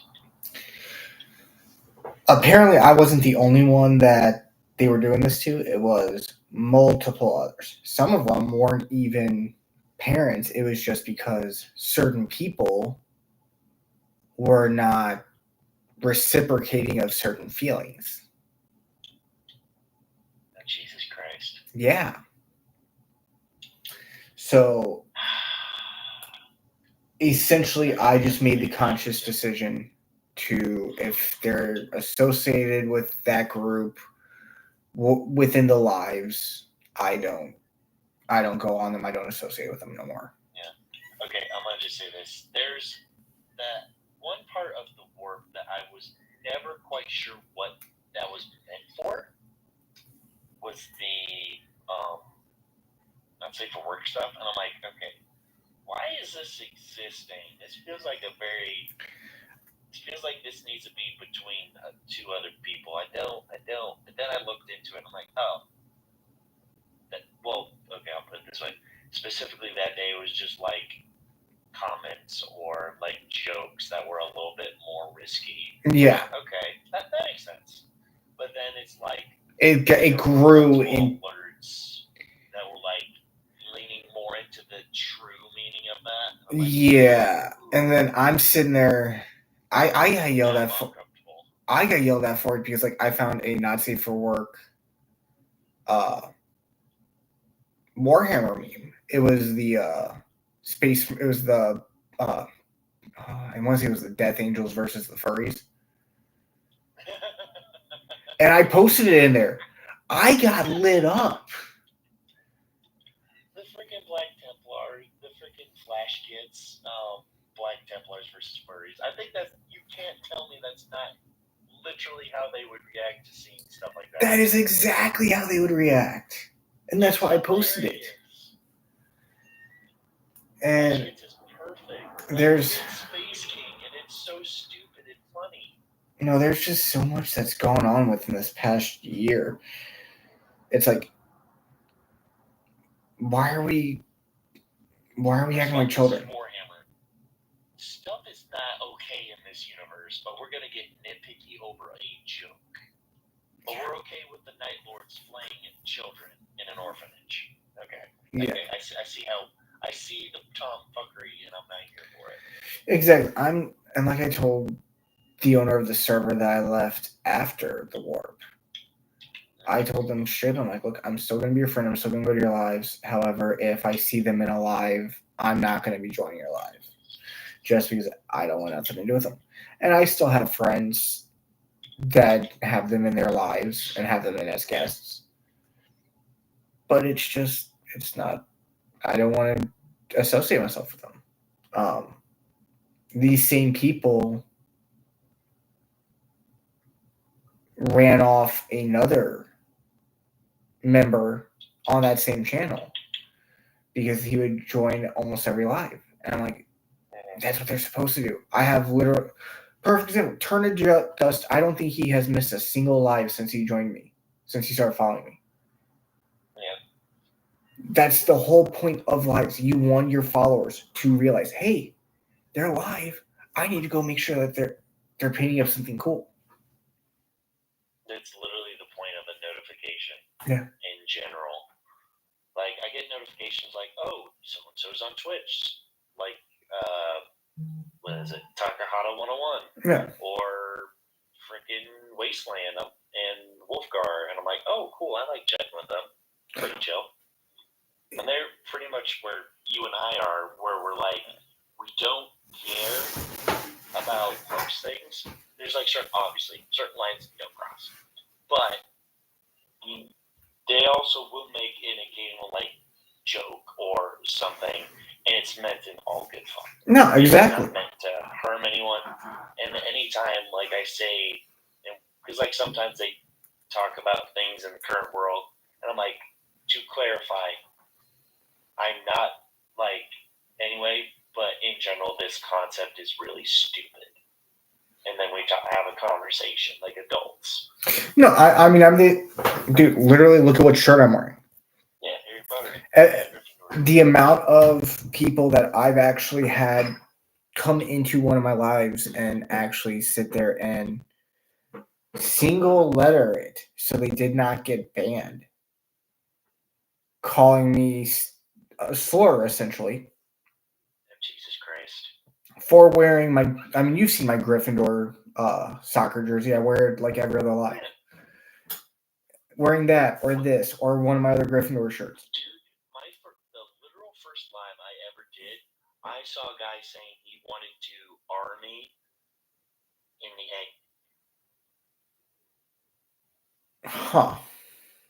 And I'm like, okay. Yeah. That's a little much. I think I didn't know how to block someone on a live at the time, so I'm like, I'm gonna just mute you because I don't know what else. I don't know how to properly. Yeah. No, I mean, it's ridiculous. Inexcusable because I'm just in a chill stream, and then out of nowhere, I'm gonna blurb you in the blurb, and I'm like, wow. I'm sitting here painting my minis, and you're going to come into this live with that language and attitude? Leave. Yeah, I don't care. If I could physically kick you out, I would physically kick Oh, you yeah. No, like I said, I don't care your religious beliefs. I don't care your philosophical beliefs, your values, if you wanna, anything like that. If you want to come in here, voice your opinion. Yeah. But just don't be an ass about it. And be respectful. I'm not going to sit there and call the former president Sleepy Joe. You don't come in calling the current president Orange Guy. Just, I try to keep I called my Sleepy Joe once because he was like, just as a joke. Well, exactly, as a joke, but I'm not going to sit there and unironically call him that, is what I'm saying. Yeah, no, I'm not going to look the former president, in the face and be like, what up, Sleepy Joe, try to shake his hand.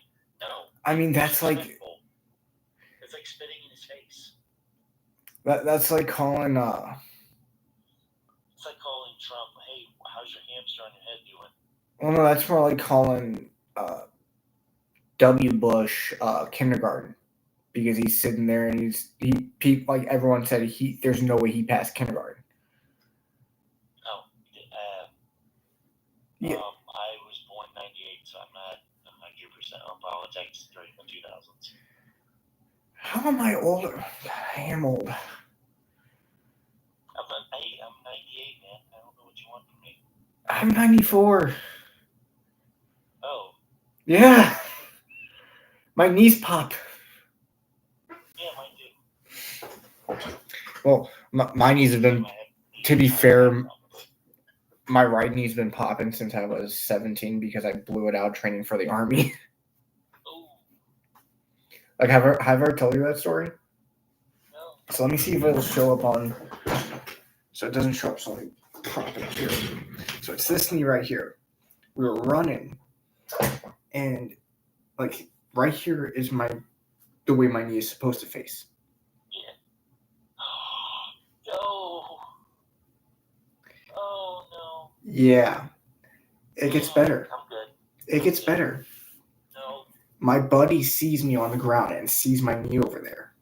And he's like, dude, we gotta get you up. I'm like, dude, you've known me since I was 6. He goes, yeah. I'm like, you know my dad. He goes, Fair point. What do you want? I'm like, give me that stick. What? He gets me a stick. I put it in my mouth.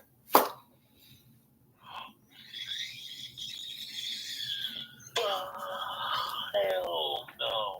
I ran another mile. Hell no. I ran another mile. Got to my staff sergeant who was enlisting me.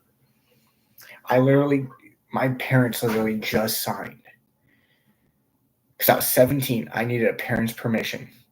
They literally just signed that yes, I can join the Army at 17. I can get sworn in. I was a week away from going to MEPS. And the next thing I know, I collapsed right in front of him. He's like, get up, Craig, get up. I'm like, I can't. He's like, what happened? I'm like, I blew my knee out a mile back. He's like, well, why didn't you stop? I'm like, I did. Well, how'd you keep running? I popped it back in place. My buddy comes up to me and goes, he's telling the truth. I was right there. He's like, you let him pop it back in place? You're literally going to basic next month. He's like, you don't know his dad. Like, at that point, I've been as a recruiter, I've been like, okay. he essentially, I don't know your situation, but that's fine. He that's essentially what he says. He's like, dude, you're crazy. He's like, I can't enlist you now. I'm like, I figured that much out. However, I need help inside. Why? I was like, I need to call my dad to pick me up.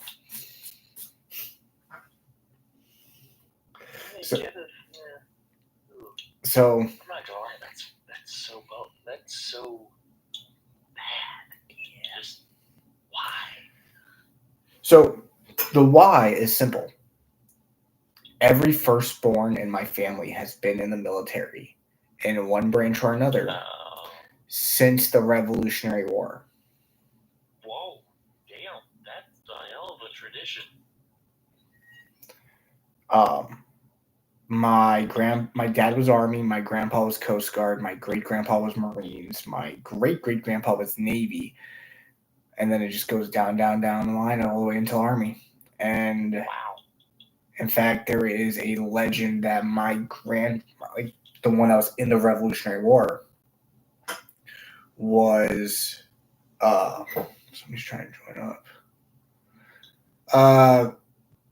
Corey, buddy, I know that you're under 18. I can't have you up in my lives, but I'd actually get banned. You can stay in chat, bud. That's my cousin. But you do gotta be 18, man. I know you got like a few months left, but still. Is that an actual rule on TikTok? Yeah. Huh. If they're under the age of 18, they cannot be up as a guest. That's why. But there was a legend. I say legend because nobody knows if it's true or not.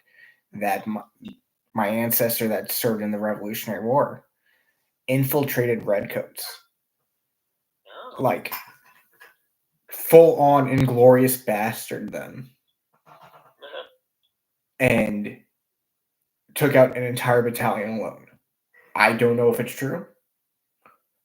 I like to believe it is because that sounds awesome. Sounds metal as hell. Exactly. But no. The only thing that I know is supposedly my grandmother's last name is Wisnant, or maiden name is Wisnant, which sounds very German. Supposedly, her grandfather or her dad was supposedly with the Axis. I think that's just her dementia. I mean, if it's part of your family history, it's a part of your family history. Now, is it a happily looked upon one? We can't tell, but that's the thing. I can't tell if it actually is true or not because I don't think she even knows. Because I mean, my great grandpa's a U.S. citizen and was in the Army. I'm like, why would he be in the U.S. Army if he was with the Axis? Like that part's not making sense for me. That's a bit more But nope. Everybody in that side of my family, like I said, firstborn male went in. I was the first one to break the tradition. Well, you tried, but then due Oh, to injury, oh, you yeah. had no choice. Oh no, dude, I'm barred from all North America.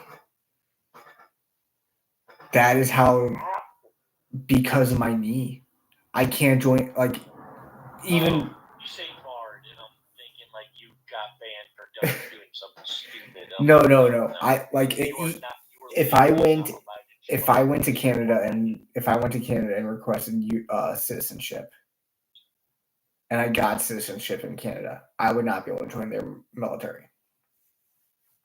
Okay. Uh, no, dude, that's how severe it was. Like, they're like, no, you need to go to the hospital. I'm like, hospitals cost money. We can't even afford to give me a car, let alone my license. I'm 17. See, we had a thing in my town where, like, as long as you, I didn't have to pay for my license. I had to just take a driver's ed class, get so many hours driving with somebody with a license, take the test at the driver's ed place, and pass, and then I got my license. See, you're also in Illinois. You guys got a lot of weird stuff over there. Define weird. Your roads sometimes get fixed. Sometimes. Have you seen 270 right now? No. Dude, so I drive 270 daily. Oh. They've literally made it into a one-lane highway, pretty much. Jeez. Yeah. Okay, here's the thing, and I thought Illinois was the pothole of the United States. Clearly not. No, dude. 55. So I live down near Festus. I don't know if you know where that is. No idea. So that's in Jefferson County, Missouri. So Highway 55 runs through it. And literally from Festus to DeSoto, they have it down to one lane. Maybe 2 lanes if it's depending on where it's opening. So it used to be 3 lanes after a certain point. Balls, that's bad. So what they're doing is they're trying to expand it to 4 lanes on each side. So they're shutting down parts of it to expand on it, and it's working, but it's not working at the same time. It's weird. 2 steps forward, 1 step back. Pretty much. But sounds about right for construction regarding a road. I think that is all we got for today. If you are still watching, I want to thank everybody for watching, and make sure to go check out our website that's in our bio. If the bio says translate, go to our link tree and then go to our website on there. Definitely check out our affiliates for discounts on miniatures, discounts on custom miniatures, discounts on dice. And this, I believe Minva is giving we got a 10% discount from them it was either 10 or 5% discount from them for anything on their website, which includes mugs, pins, stickers, journals for D&D, everything like that.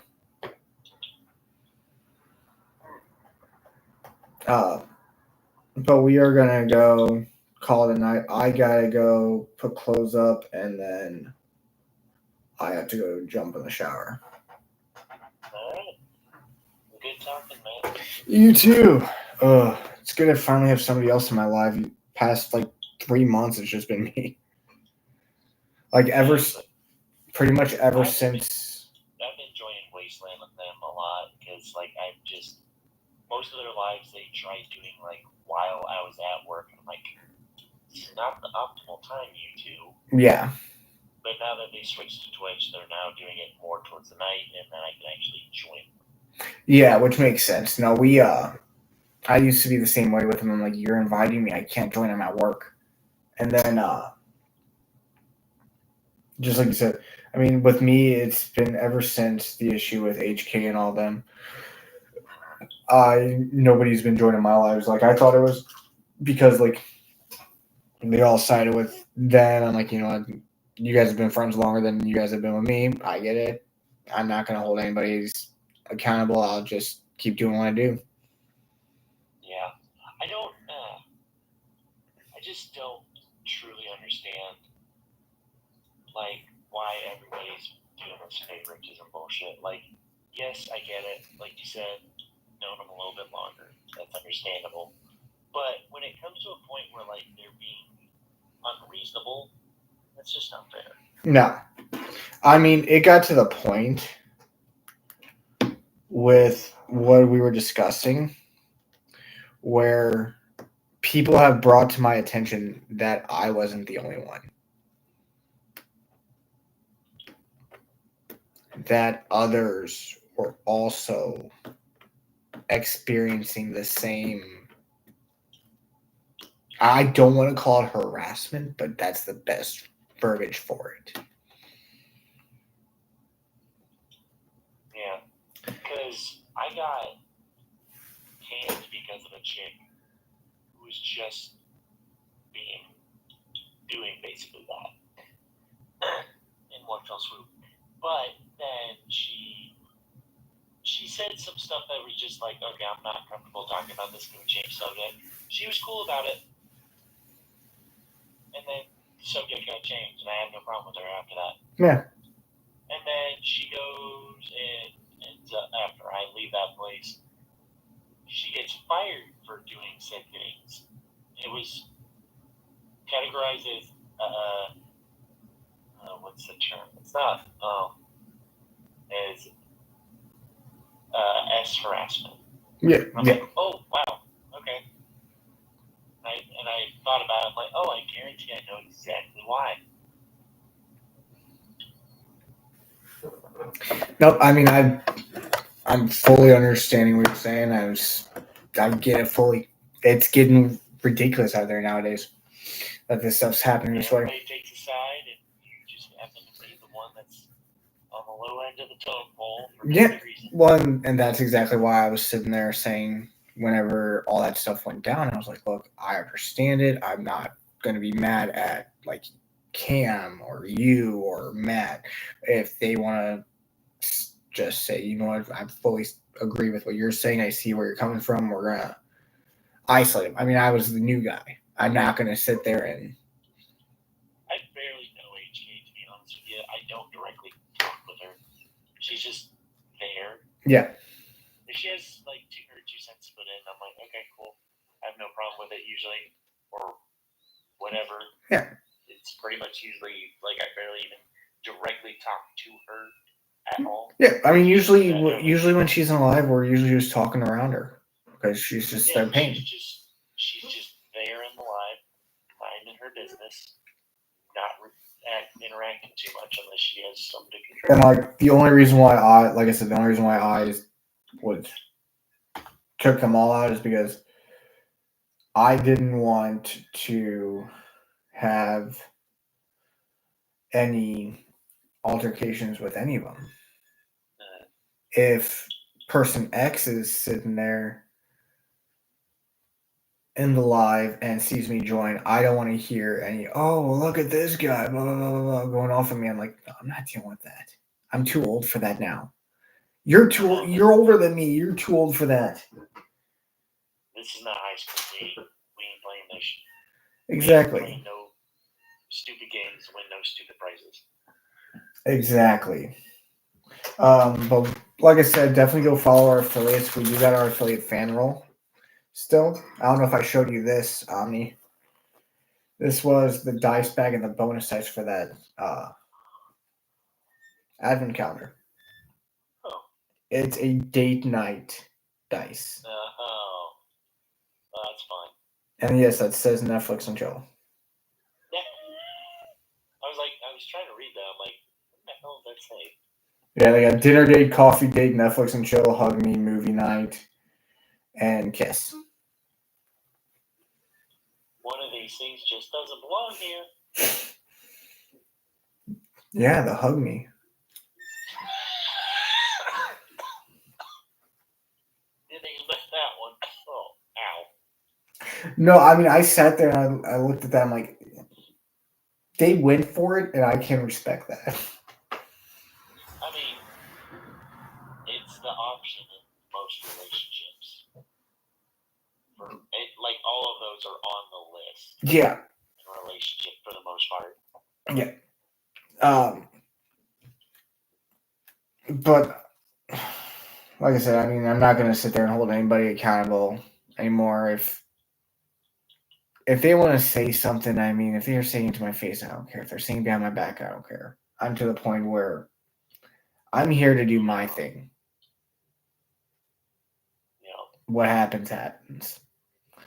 If I hop in your live or Cam's live, and I know Cam ain't never going to say nothing like this.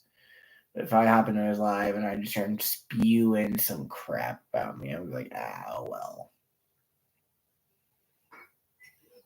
Like, obviously, if I'm doing something that can negatively impact you and your business, I'm going to be like, okay, I see where you're coming from. I'm sorry. But if I'm just speaking the truth about how things went down, I'm not going to hold that against you. Yeah, so, like, whenever we thought that TikTok was going to get banned, I told everybody in the lives, if you've got them in, let's bring them back in so I can let them know, hey, let's make up and let's bury the hatchet. Stop acting like toddlers. Yeah, also, coming to find out that a lot of TikTokers was like, oh yeah, we were faking the whole time. Like, I saw and heard none of that from any of the people I followed. I'm like, great, I don't have to worry about nothing. No, every single month, like everybody in our community, we can't fake it. It's impossible to fake. Well, it's not impossible to fake. I mean, you could. Spend all our money on Warhammer. What do you expect? You could theoretically buy a figure that's already painted and say you painted it, but if you're doing it on lives, I mean, it's impossible to fake. Correct. I mean, y'all literally just watched me paint this. Yep. And this. That's what I'm saying. But I mean, that's 90% of my following right now is just Warhammer, D&D, everything. Hey, Tori, love ya. That's my little cousin, Corey's little sister. Yeah. Because like I try doing like the filters every now and again, like in my like views and likes drop. I'm like, oh crap, I put myself into a category. Yeah, my viewers is 90% like other painters. Yeah. Like, I've done the promote lives and they don't really work for me. I guess because I don't go live long enough. Like, we're at 2.5 hours. I gotta get off though. Gotta go put clothes away. Gotta take a shower. It was probably AI painting those games. Yeah, AI totally painted this today, Cam. Yeah, he just pulls down the green screen. He waves behind, pulls it back up. I'm actually a robot. My real name is not Steven. It's not even Scarecrow. It's Kleborg.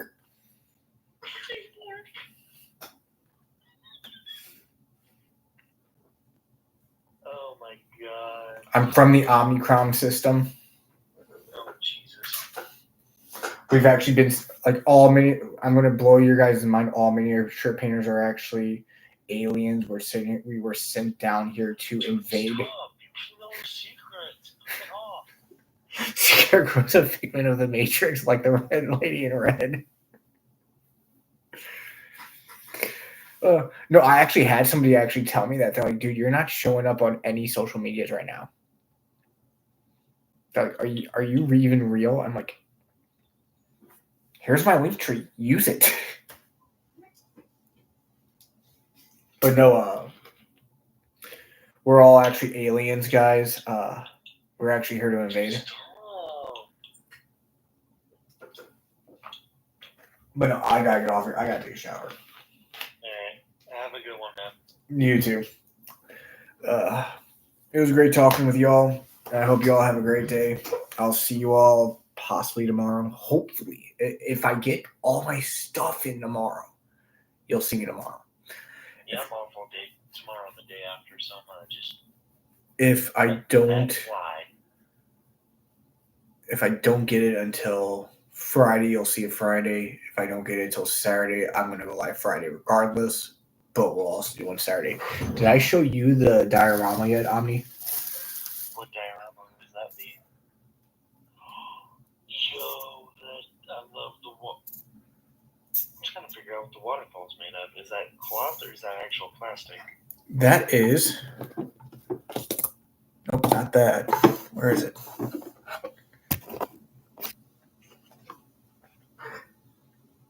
Oh, Stillwater by Vallejo. very nice. Yeah, that looks really good, actually. Wow.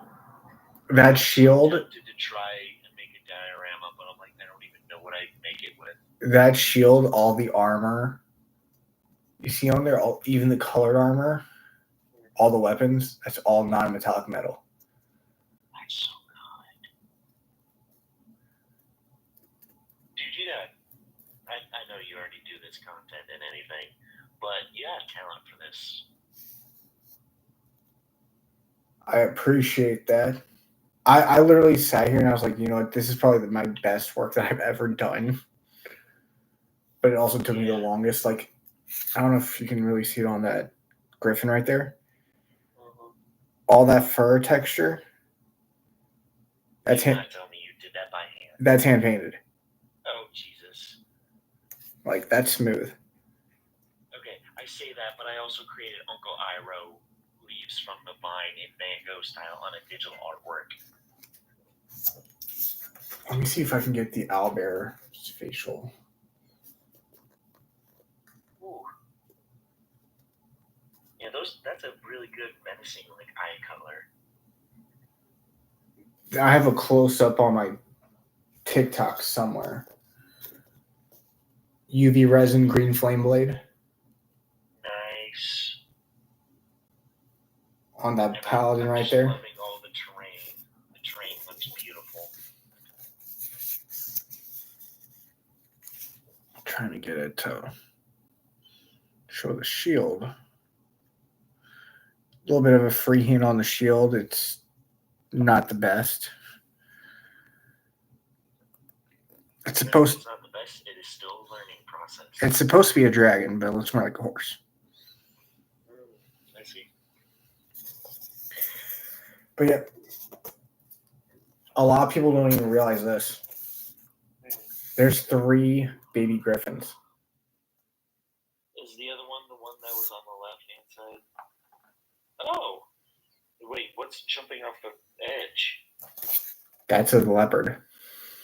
That's a I thought that was a monkey. No, it's a Nosler figure, so like the whole face is squished in because it's a crappy mold. But it came with that angle right there makes it look like a monkey. It does. But it came with the panther down there. Is that a nymph in there? That is a nymph, a water nymph, and a dryad. I'm surprised I actually picked the right term for the nymph. But yeah, nobody really notices the third. I thought that was a squirrel. No, that's a. Oh, okay, so where its tail was, I thought was the squirrel's head. Yeah, I see how that could be. Yeah, they're like, I did not notice that. That's the cool thing about dioramas. Like, the artist knows all the little things, and then people like look at it again and like, oh, I didn't notice that. Yep. No, that took. We started that back in like November, September, something like that. Because like what I want to do, I want to make a diorama with my miniatures, but I want to make it so they can be removed as like a carrying case also. Yeah, I know what you're talking about. Super cool. also be time-consuming Yeah. as well and so difficult to pull off. You know, one thing I'm going to do soon is going to be, once I can get the money for it, the 501st. Yes. Hold on. Oh no. Storming. No. Okay. That's actually awesome. Because they sell a full box set of the 501st. And when I say full, it's a full army. I was going to ask if you meant a full army. It is a full army with shock troopers, jump troopers, everything. See, if they make the models, I would like to recreate the scene where Obi-Wan's on his lizard creature, like chasing after General Grievous and his bike. They may have that. They may have that. They have. They have a lot of different. They have a lot of different models, vehicles for Legion. Like for instance, the shutterflies that the Wookiees fly. Like I've literally seen people make full blown like table length dioramas. Like battle scale.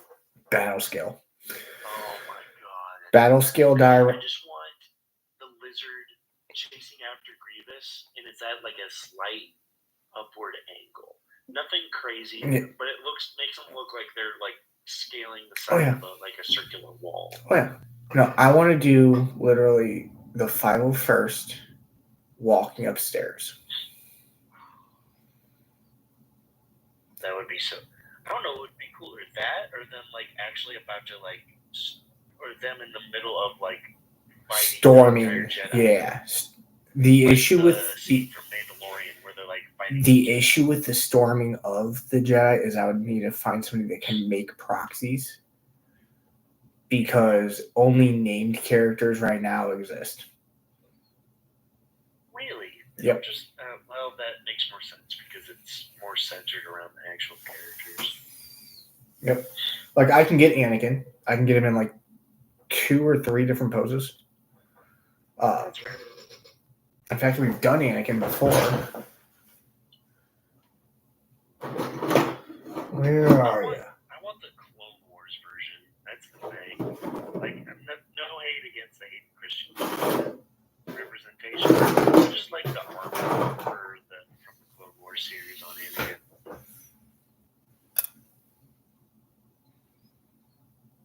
So yeah, that's sick. I love it. It's just I don't. You want the chess piece. You want that chess piece. Because those colors worked really good on it. No, I would. I really want to do, like I said, the 501st Storm. I was talking to my brother with that today because I showed him the pictures of the diorama, and he's like, "Dude, that looks good, but you should have left them on their bases so you could take them off and move them around." I'm like, "Well, I took them off the bases to glue them on it because it's a diorama." Well, the one I'm thinking of would be magnetic. So they get locked right back into place. But it's like I would have to put them in certain poses because the terrain wouldn't. Because what I would want to do is like kind of hide the fact that they're on bases. Yeah. Like some of them are embedded. I'm like thinking of the logistics of that. I'm like, oh my goodness, this would have to be like all my stuff has to be done. I have no other projects to dedicate all my time to working on this one thing. Well, you know what the good thing about my website is? We sell dioramas. Don't tempt me. Oh, I'm going to tempt you. Don't tempt me. My wallet is hurting as it is. We charge $40 for the diorama itself if you don't want miniatures on it. If you want miniatures on it, it is $20 per miniature with a minimum requirement of 3 miniatures. So with miniatures, it's a minimum $100. Okay. And I know I'm probably lowballing myself there, but that's what it is right now. Just because, I mean, we don't really make a lot. We're not wasting a lot of material on it. Obviously, if that starts to pick up, price points are going to pick up because of material pricing, everything like that. Yeah, parts and services. Yeah. Obviously, you gotta incorporate. Understandable. But it's $40. That's just a bare bones display model diorama. It's not terrible. No, that's why I chose it, because that took, to build that without painting it, took 3 days. And then painting it only took maybe an hour. Same with basing. The hardest That doesn't surprise me. the hardest part was the waterfall, because I had to wait for all that to dry. Oh god, that must have been like 12 hours annoying. each. 12 hours each. Yes. Yeah, because like with me, like I'm thinking like I have actual money to spend here. Like I would want like some areas to have like pieces of water flowing, so the character's like stepping partially on water for the shell end at least. Or this radiation stuff is like She's literally on water. Yeah. Like, that's water effect right there. Right. At least it was Like, supposed. we're talking like the terrain is like actually like affecting the model. Yeah. Like it's like reflecting it's like, say this is like a moonlight scene diorama. No, I know what you're talking about. Moonlight's like shining off the water and like reflecting on the armor. Yeah. In that like weird like wispy sheet. Yeah, I know what you're talking about. I know what you're talking about. Like stuff like that, and I'm like, then I have to like realign my brain and be like, dude, you don't have that money. Chill. Love the creativity. Love it. Dude, trust me. The 501st Army I was telling you about is $150. And how many models is that? Maybe $15, $20, or $15 or $20. I'll have to double check. See, that's Here, hang on. Let me double check real quick. What is it? Prime example. When it comes to custodies in a combat patrol, it's like price per model. That's really expensive. Price per model. But with like a horde army, like $160 with between like say 25 models seems a lot more reasonable somehow.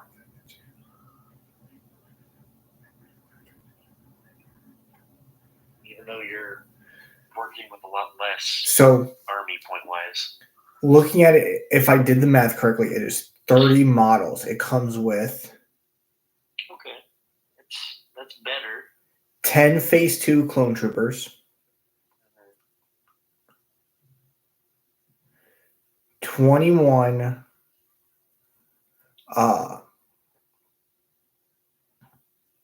Phase 1? No, it's ARC troopers. So like I could do 5s and everything like that. Oh, ARC troopers. Yeah. Anakin, and then 1 ART. What's ART? ATRT, my bad. It's the Walker from the clone era. The tank? No, the Walker. The one that... Like the two-legged one? It's the two-legged Walker in the clone era, where instead of being fully encased like the AT-ST... Oh, like the one they just ride on top of? Yeah, it's like they're just riding on top of it. Yeah, the one that runs really fast. Yeah. The one on I don't know if you've watched the Clone Wars. What am I talking about? Umbara. Yeah. That's with Mace Windu, correct? Umbara is the one with Pon Krell.